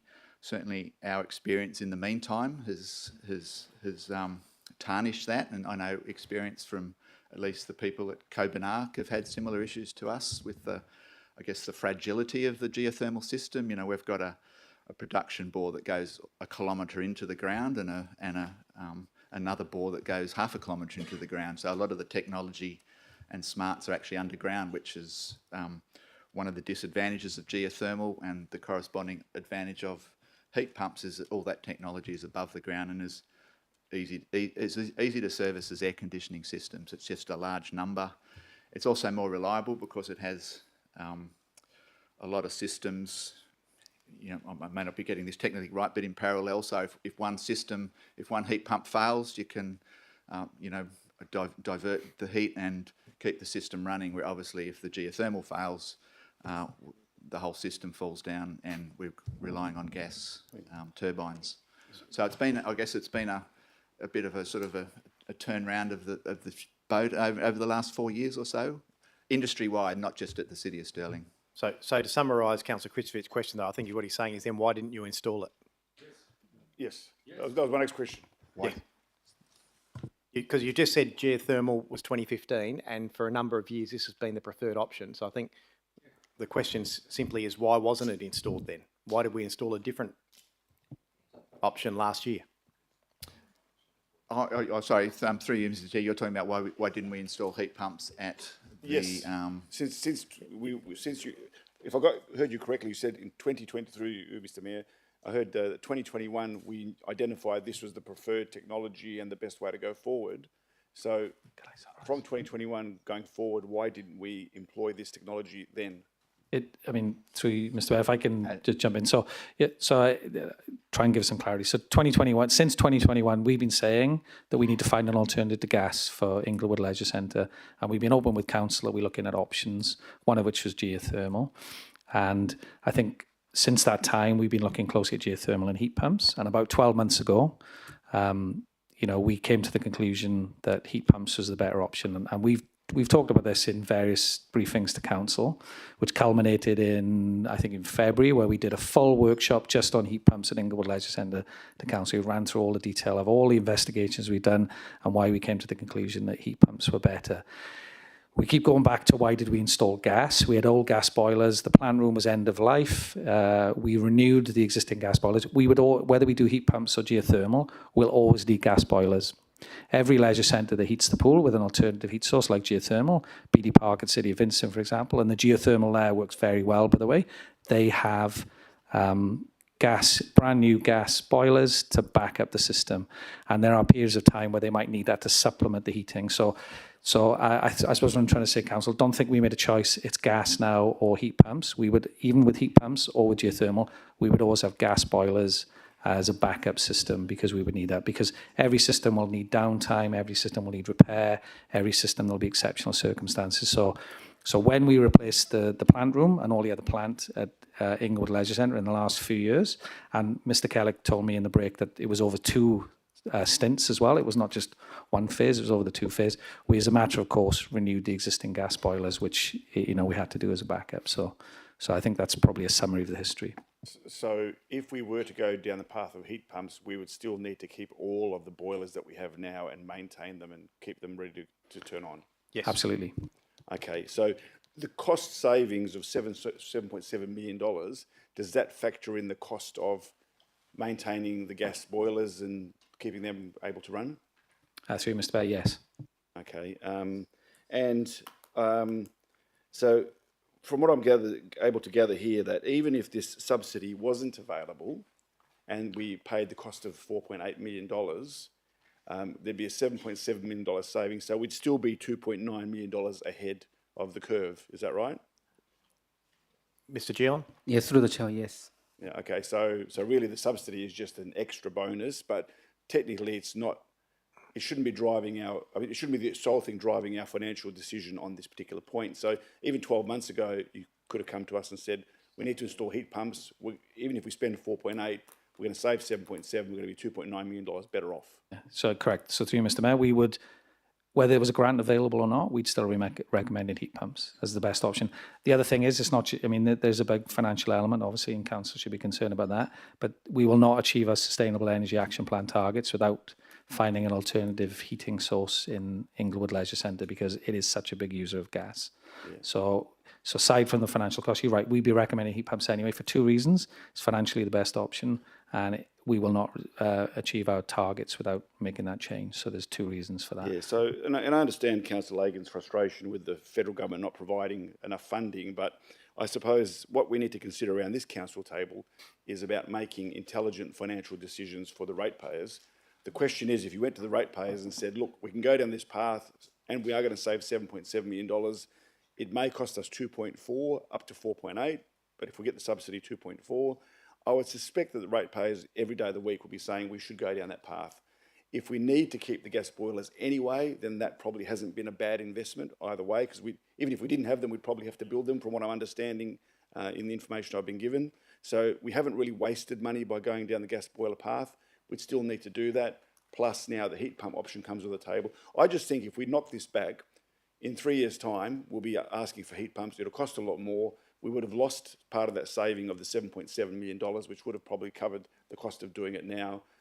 And, you know, look, there's either two situations here. Either we don't have enough information, we don't know how to make a decision, or we support this decision. But I don't think option 3 says, you know, for some future review to be undertaken about future renewable heating options. So in other words, it's saying whatever new technology might come into the future, heat pumps isn't one of them, obviously, because it's not talking about heat pumps at option 3, it's talking about future technologies. I just think that, you know, it would be the right thing to do at this point in time, based on all of that understanding, albeit that we should have done this probably much earlier in the piece, and we could have done it back in 2021 potentially, especially considering there's 20 years of information around this, around the world. So I think this information is probably coming a little bit late, but at the same time, I'm understanding that if we were given this information at that point in time, we'd be doing heat pumps plus the gas boiler system as well. So we'd still have to do that same investment. So for that reason, I will be supporting the alternative recommendation. And the future review, does that include nuclear? No? Okay, that way, yes. Councillor Hatton. Thanks, Mr. Mayor. Whew, wow, I'm in support of Councillor Lagan's motion there at this stage.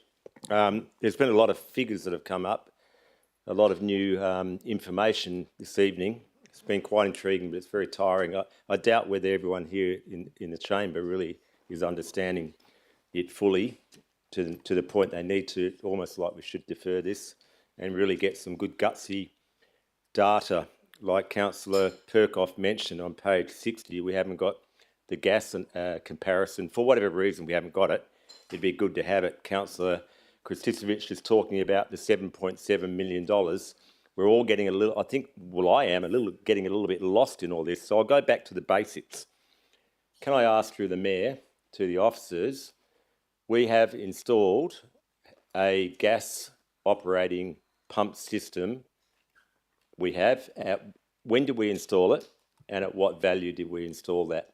Last year, has anyone come up with the value of that? Although it's not redundant technology from what's been clarified in the recent officer comments. Has anyone worked out roughly how much that part of the heating cost? Through you, Mr. Mayor, I don't have those figures at my fingertips. I'll be able to get them first thing tomorrow, but obviously that's after the council meeting's finished.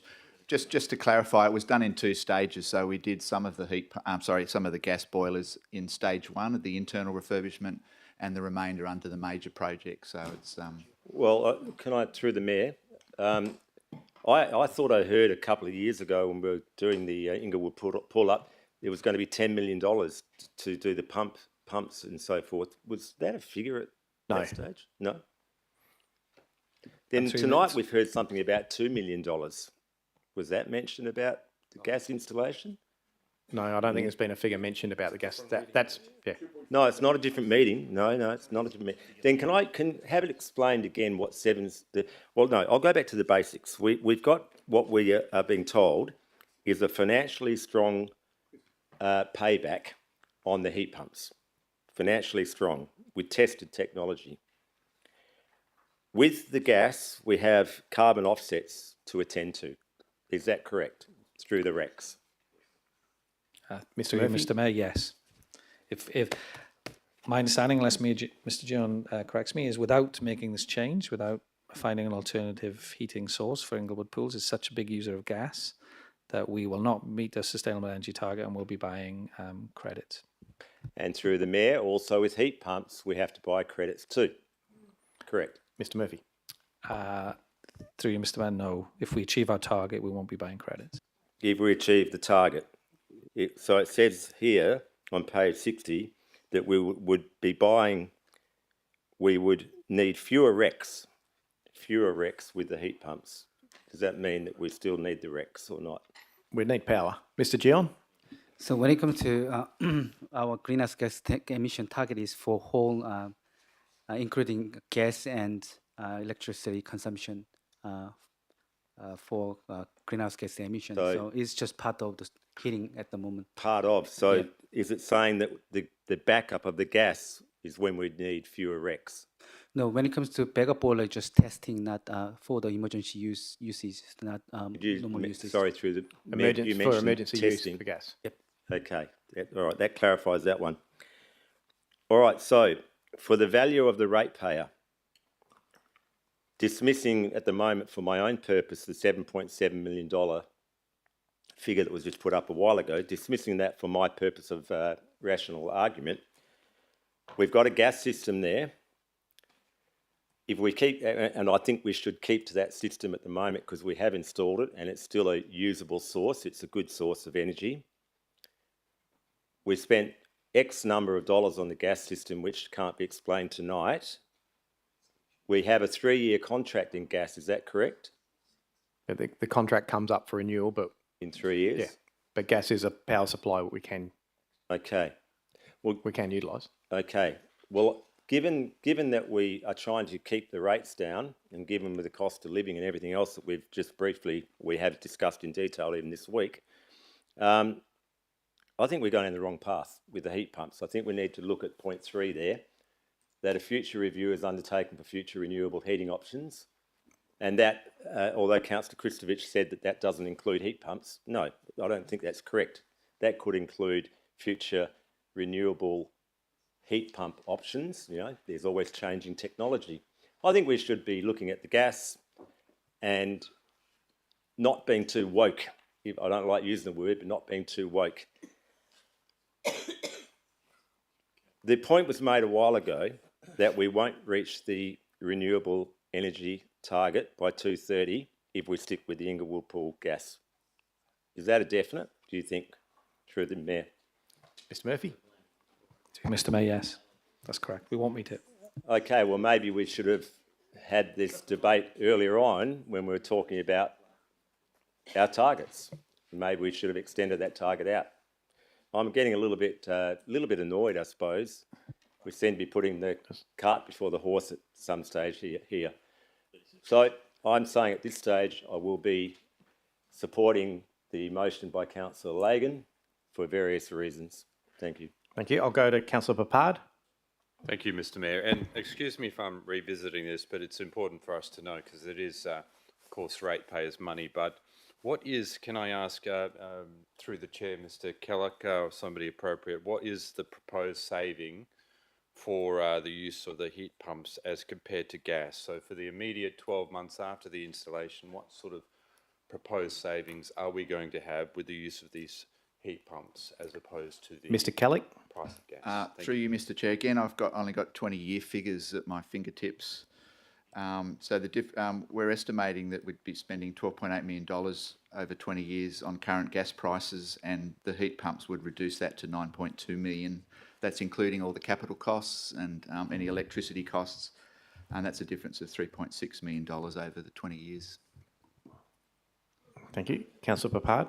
And is there any way we can somehow get a figure for the immediate, say, 12-month saving or No. period of savings for the heat pump compared to the Not gas? tonight. But yes, but not tonight. Not tonight. Just all right. Okay, we'll leave it at that. Maybe I can just, sorry, through you, Mr. Mr Kelly? Chair, approximately $180,000. Mr Mayor, I'd like to move a procedural that we hold this over to next council in 2 weeks' time, so we do have the relevant information, please. Let's get clarification. There isn't a council in 2 weeks, I don't believe. It's 13th. 13th of May. When is is that possible? Yeah, so through you, Mr Mayor, so looking at the timetable, if council were minded to defer until the 13th of May, which I think is the next council meeting, that would still give us time to make the application for the grant. So I can see that officers, we've not got the data in the way the council needed to assist them in So making a decision. seems we got so clarification we and could do Councillor that. Ferranti has already debated. Can I just get Councillor Olo maybe, who hasn't debated anything, just to move a procedural? Just to help out with meeting procedures, because everyone's debated this, so we need fresh. Thank you. Councillor Ferranti can second you. Yep. Oh, sorry. I'm sorry. I don't mean to miss you out, Councillor Proud. It's just that Councillor Olo was next to me. Yeah. Okay, Councillor Proud will second the procedural. Let's make sure everyone's raised their hand. Just a show of hands, councillors, for a procedural motion.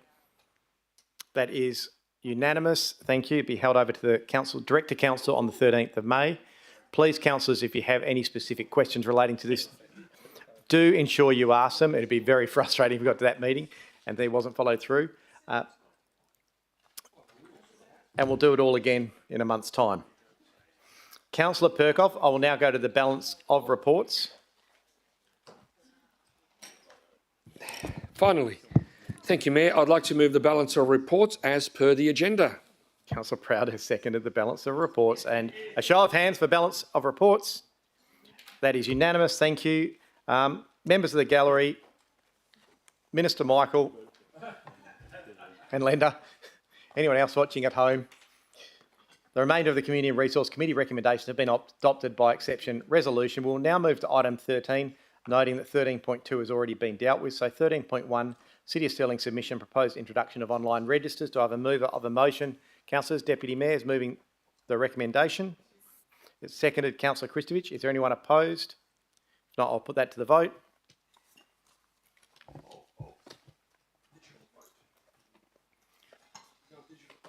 Thank you.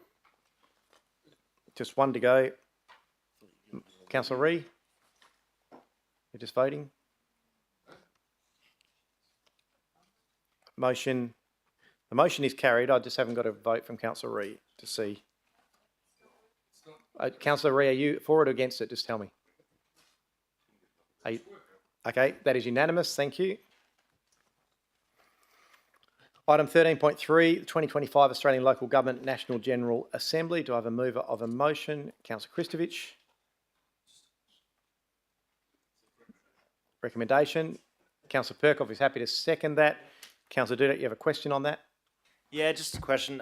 I think I brought it up last year as well. Just wondering how this motion came to. Were councillors consulted in any way on this one? Mr. Roddick. Through you, Mr. Mayor, Councillor Dudek, no, the CEO of Wagga wrote to me, and if you read page 185, you see the reasons why Wagga thought it appropriate for the City of Stirling to put this motion forward. Yeah, so I'll just quickly outline a concern I have. I'm not going to change it this year. I don't think we'll have time. When's the submission date, if I can just ask for these motions? It's passed, but as long as I get it in first thing tomorrow morning, they'll accept it. I'm just wondering if next year we can have some sort of collaborative process from councillors on putting up a motion to ALGA. We always get a really good contingent of City of Stirling councillors at these events, and I just fear motions like this and perhaps some that we've done in the past just end up getting grouped with a whole bunch of other motions that are the exact same.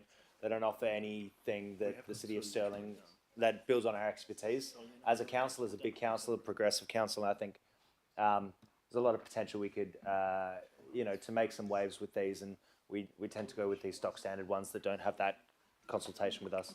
No, I appreciate that. The council, and there is already previous ones that have been for this year submitted, but I understand your concerns. No, but I think, so in fairness to Councillor Dudek, even when those ones came through, council weren't consulted, they were just appeared on the agenda. So this is about council having some input on what those motions are. Okay. Councillor Reid, do you have a question? Councillors, can we just have a little bit of order? I was just going to say that some motions like this quite often do come to council, and then they're referred to North Zone, and then they're referred back to Wagga, and then they're referred to the National Assembly.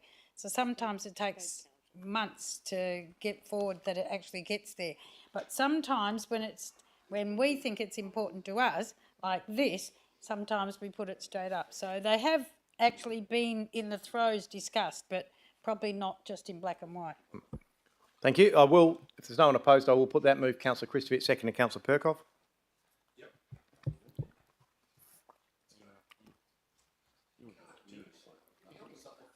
And we got, that is unanimous. Thank you.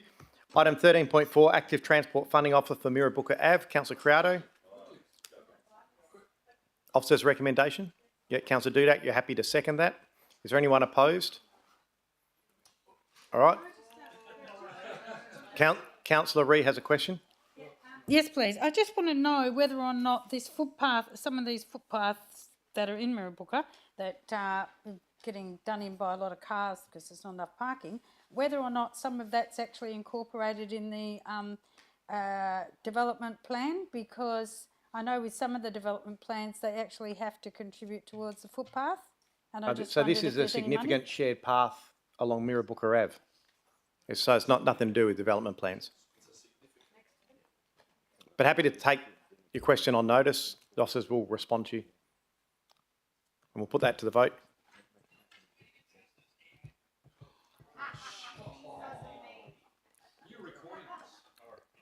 Okay. Thank you. That is unanimous. Sorry, I should have thought of that Mr. Guillemot's been waiting all night. We should have had a couple of questions on it. Yes. What colour, Mr. Guillemot, what colour asphalt are you using? Yeah. Item 14, notice of motions for consideration. We do have one notice of motion, 14.1, proposed notice of motion. Councillor Ree, your motion. Yes, please. My motion is read up, as I've written up the top there. Unfortunately, the report, as we discussed with Mr Murphy, whilst it does take into consideration what's actually going on in the city, my whole point was in the second line that we actually collect the unregistered car bodies and scrap metal from residential houses within the city of Stirling at no cost to the residents. At the moment, yes, they can ring up, they can do things, they can take it. It's really hard to take car bodies. We've got people living in car bodies that aren't licensed, that are in the front and the backyard, that are costing too much money for them to remove. And they're not unsightly, they also attract vermin as well. And I just thought we could, scrap metal is actually worth a lot of money at the moment. And all I'm saying is that if we can just do a 1 week a year where we can, it's just a trial, where we can just collect a whole lot of these car bodies that are unsightly, attracting vermin, people living in which... Councillor, you're debating, so you want to put your... I want to put my original because I think that in the report it lost what my intent was. Okay, I just want to... Officers did actually comment on all of those things though and said that it doesn't cost to remove car bodies, you get paid to pick them up.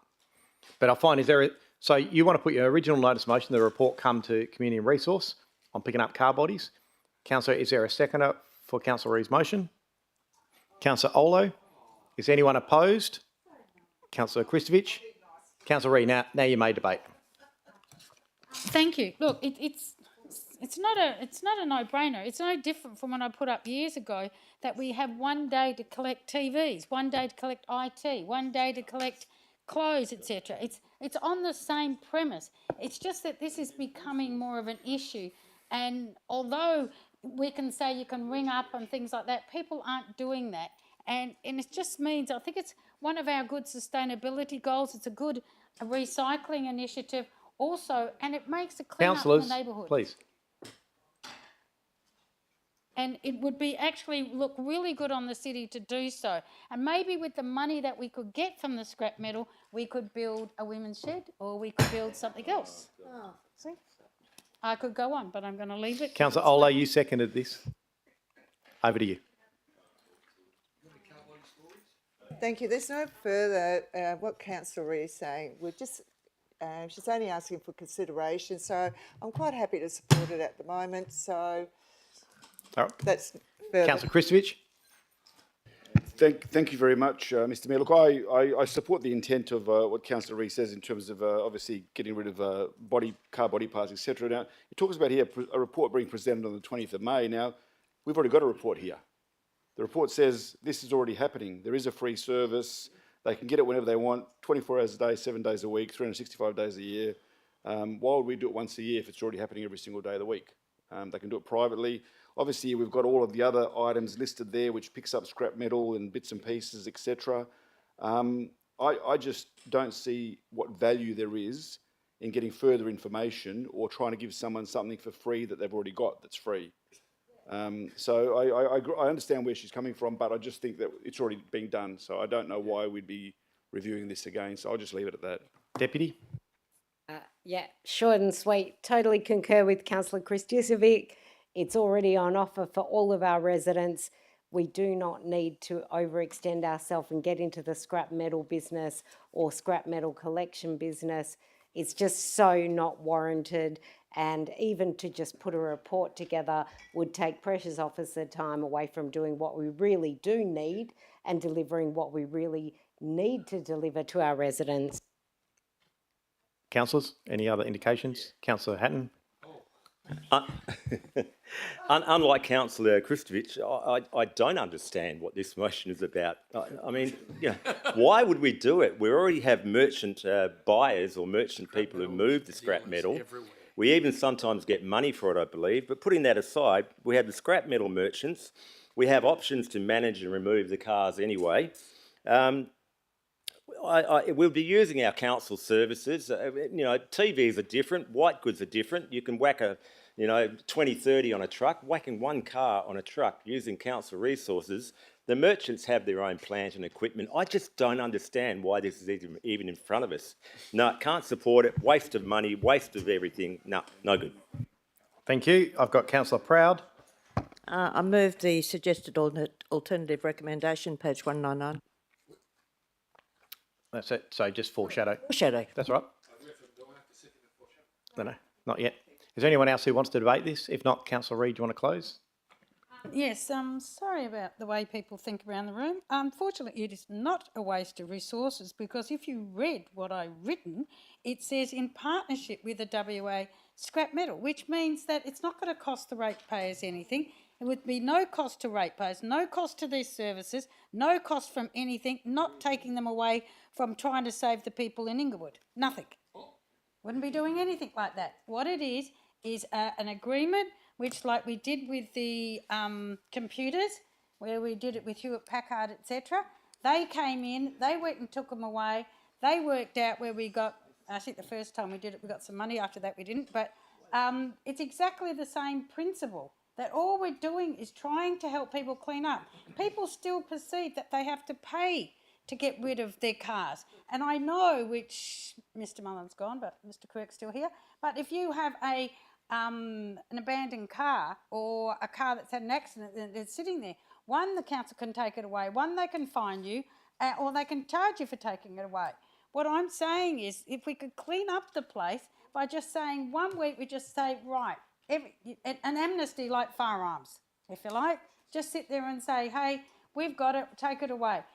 We don't physically take it away. We do it in partnership with an organisation. They're always calling out for scrap metal at the moment. Otherwise, they've got to go overseas. So this is a good recycling strategy to do within the City of Stirling as well. And you never know. We could maybe get one of those companies like 4Park to get our scrap metal and make some equipment. Make a house. Make a shed. Exactly. Make something out of it. So it can be extended. All I'm asking for is a consideration from the people around the table Councillors. that could stop talking for 5 seconds and that we could actually build something and make something out of the scrap metal and it will look good in our sustainability targets. Sorry. Okay. I'm There you going to leave that there, but that's not what your motion doesn't talk about building something. Okay, so Building a future by taking it away from the neighbourhood and putting it somewhere better. You never know. so, they well, might come up with something down the pool. we'll put Councillor Reid's Thermal motion, in. Councillor Reid's original motion that another report come to the Community and Resources, noting that Councillor Proud has foreshadowed the officer's recommendation.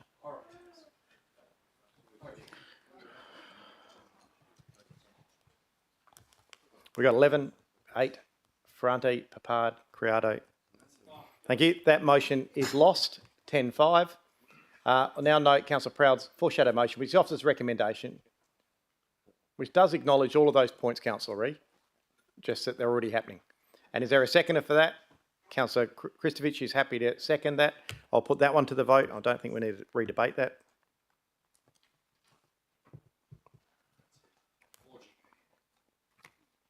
Thank you. And that motion is carried with Councillor Reid voting against.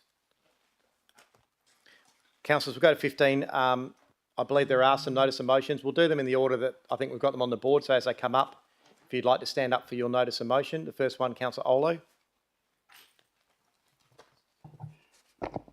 Thank you, Mr Mayor.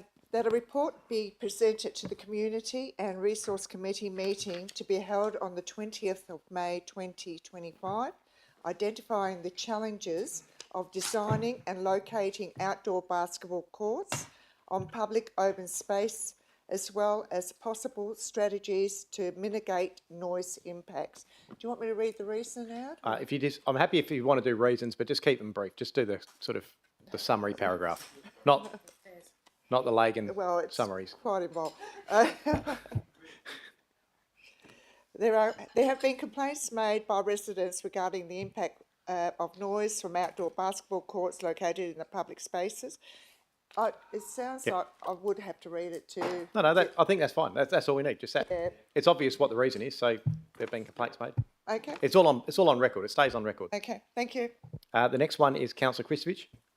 Thank you very much, Mr Mayor. My notice motion reads that a report be presented to the Council meeting on the 27th of May 2025, advising the current status of the Scarborough Beach Precinct Crowded Places Assessment, particularly those actions related to the separation of pedestrians and vehicles, and identifying proposed actions to obtain support from the relevant law enforcement and funding agencies for its implementation. And the reason for the motion is obviously on the 21st of March 2025, Toyota Prado, being pursued by the WA Police, was able to gain unauthorised entry to key pedestrian areas in the Scarborough Beach precinct. This incident reaffirms the need That'll do. to We've got implement about a 8 whole of lot these of to get through. improvements there. So next one. Councillor Criado. Thank you. I propose that a report be presented to the council meeting on 12th August 2025, providing a status update on the implementation of the Mirrabooka Town Activity Centre Plan and identifying the potential for the various city assets located in the town centre to achieve positive land use, economic and social outcomes for the region. Would you like me to read some of? It's up to you if you just want to give a really brief reason. Very briefly, given the current investment and of bringing the Perth Glory in, the investment in the town centre, rethinking the parking strategy, it would be good to look at what are the other potential opportunities in the area. Thank you.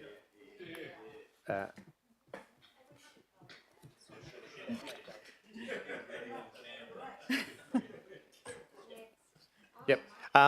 My one is that a report be presented to a future meeting of council. That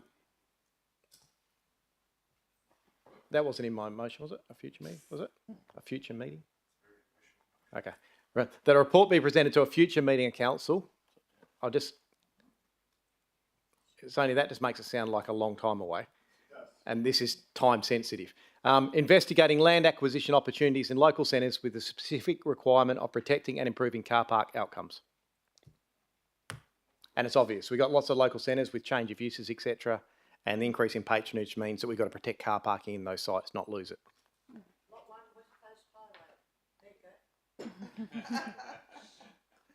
That's not a local centre. That's not a local centre. That's not the intent of this. Keep rolling. Is there anyone else? No, that's it. Was there any other motions that we've missed on that? Good. Thank you for submitting those, councillors, early on so they could be on the screen. It helps out. Item 16 is questions by members of which due notice has been given. I have nil. New business of an urgent nature. I have nil. That brings us to 18 matters behind closed doors. There is nil.